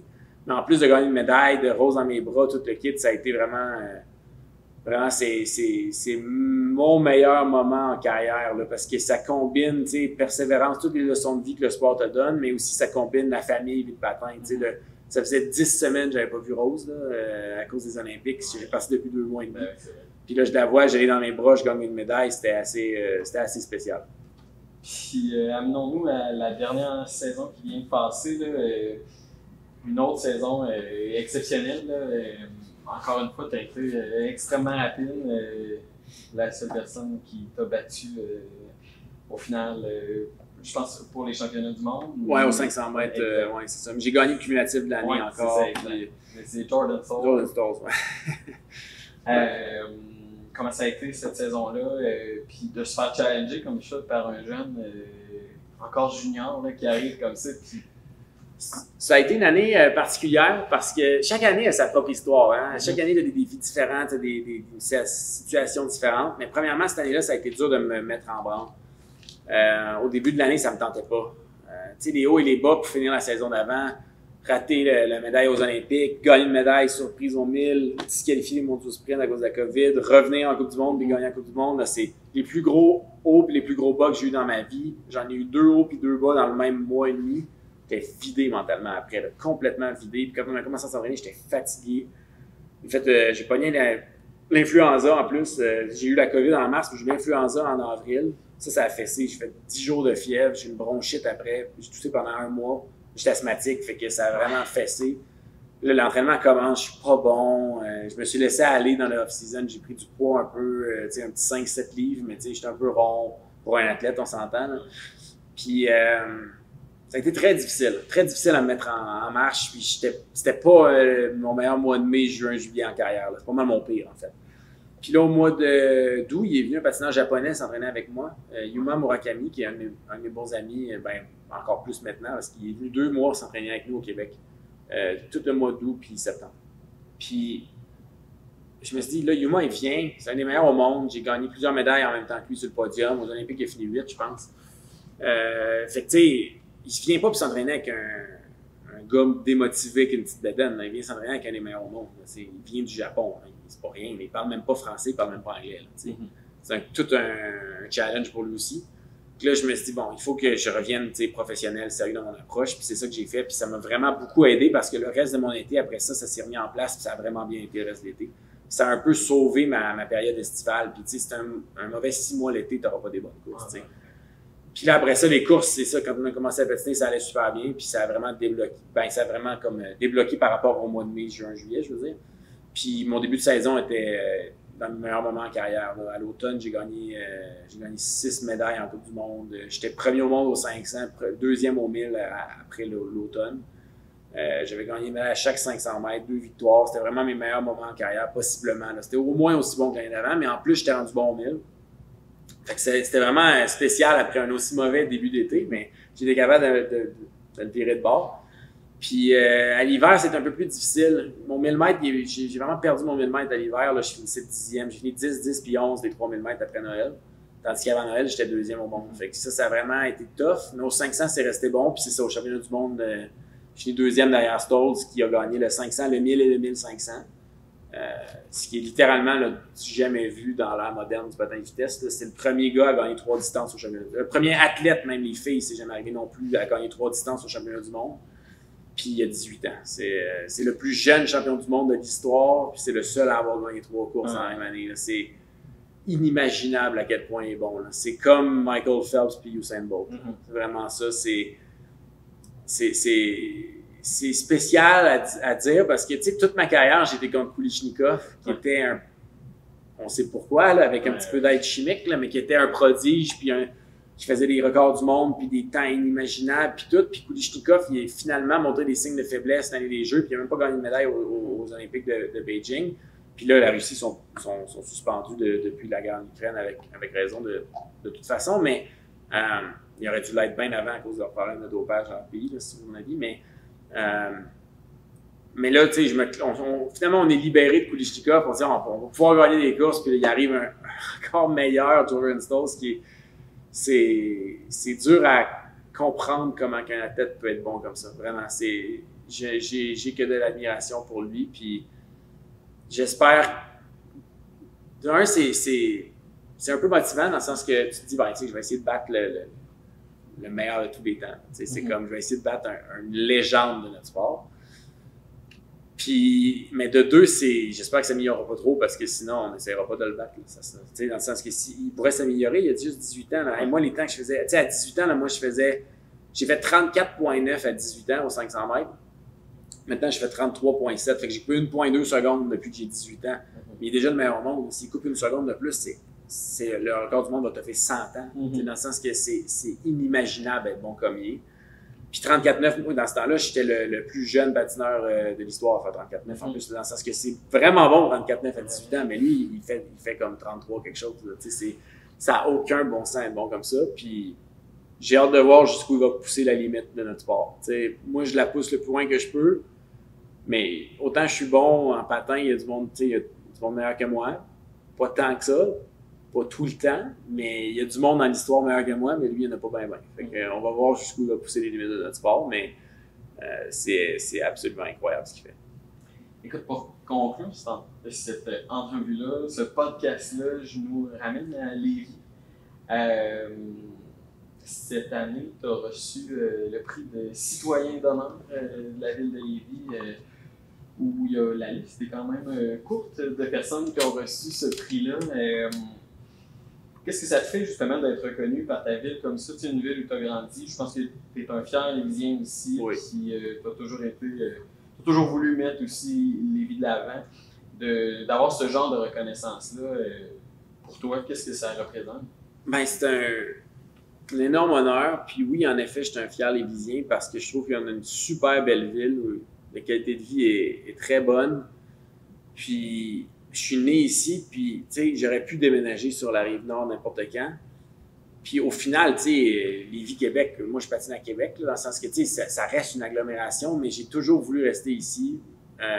Mon épouse est enseignante sur la Rive-Sud, à CSSDN, un indicateur au primaire, puis pour nous, on a toujours voulu rester là. On trouve qu'on est mieux, honnêtement, qu'à Québec. Vraiment, j'ai des membres de ma famille qui habitent à Québec, puis quand je vais chez eux, je trouve que c'est trop dans la ville, vraiment. Moi, j'aime mieux un petit peu plus relax à Lévis, quitte à faire un peu d'auto le matin, mais tu sais, en même temps, pour aller s'entraîner à Sainte-Foy, je serais plus à Charlebourg, c'est plus loin de Sainte-Foy que où ce que j'habite. Fait que c'était vraiment un no-brainer pour nous d'habiter là. Puis, en plus, je viens de là, donc moi, je suis vraiment fier de venir de Lévis. Je suis fier parce que Lévis m'a permis de me développer dans ma carrière aussi. Quand Saint-Étienne a fusionné dans Lévis, il s'est construit une deuxième arena, Saint-Étienne, au centre Bruno Verret. Une glace internationale, comme une dimension internationale, comme pour les Olympiques, comme pour le patin de vitesse ou le patin artistique aux Olympiques. Fait qu'une glace plus sécuritaire pour moi quand je patinais quand j'étais jeune, parce que le vieil arena Saint-Étienne était quand même assez vieux. Donc ça a fait une grosse différence dans mon développement quand j'étais jeune. Il y a des magnifiques initiatives pour soutenir les athlètes comme bourse d'athlète ambassadeur de Lévis, où on soutient les athlètes, oui, d'équipe nationale, on a un certain support financier, mais jusqu'aux des athlètes plus jeunes là, qui sont identifiés relève, élite, selon les identifications de leur sport par leur fédération. Des programmes qui encouragent, c'est ça, les gens à continuer le sport. Vraiment, honnêtement, puis où j'habite à Lévis, c'est pas loin de la piste cyclable le long du fleuve, c'est magnifique. Là. On va marcher là, on peut faire du vélo. Mon épouse va faire du patin à roue alignée sur place là-bas. C'est vraiment, on est très heureux. Puis je pense pas qu'on serait aussi heureux d'habiter ailleurs. Donc pour moi, d'avoir un honneur comme ça, de la ville d'où je viens, de la ville où j'ai choisi de m'établir, tu sais, je suis un peu double lévisien. Là. Tu sais, tu peux naître à Lévis et t'es lévisien toute ta vie, ou tu peux décider de venir habiter à Lévis, t'es lévisien toute ta vie. Et moi, je suis né là, mais j'ai fait le choix de rester là aussi. Fait que c'est une preuve que j'ai adoré mon expérience. Puis d'avoir une reconnaissance comme ça de la ville que j'aime autant, ça a été un super beau moment. Puis un beau moment aussi parce que je pense que, en recevant des prix comme ça, des distinctions, je pense qu'on peut influencer positivement notre communauté.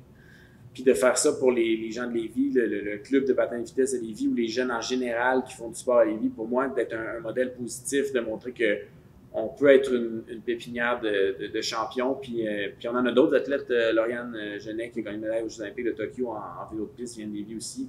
Avec Elina Roberge, quand j'étais jeune, qui avait des médailles aux Jeux olympiques. Puis j'en ai Exact, au soccer, exact. Puis c'est quand même incroyable pour c'est pas une énorme ville quand même, là, d'avoir autant de médailles olympiques. Je pense qu'il y a de quoi. Vraiment, le sport est valorisé. Puis pour moi, de recevoir un prix d'une ville qui partage des valeurs avec ça comme moi, ça me fait plaisir.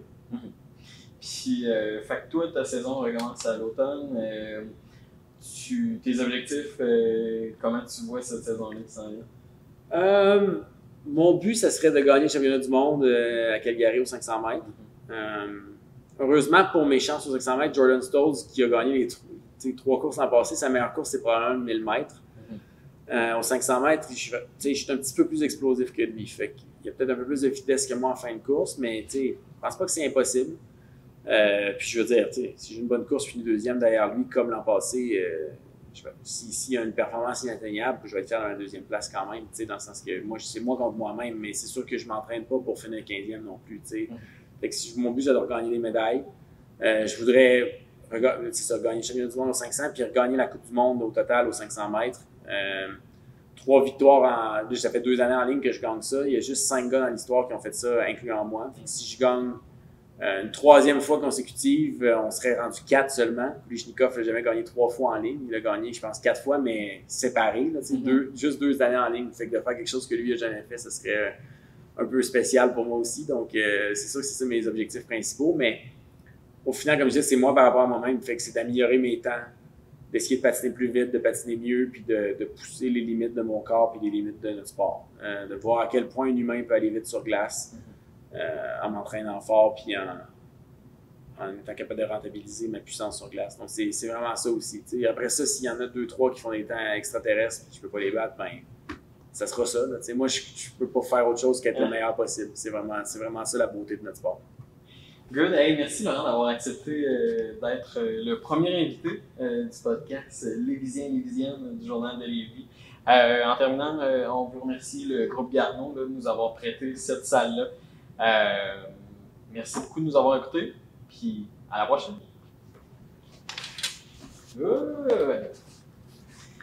Merci beaucoup. Ça fait plaisir.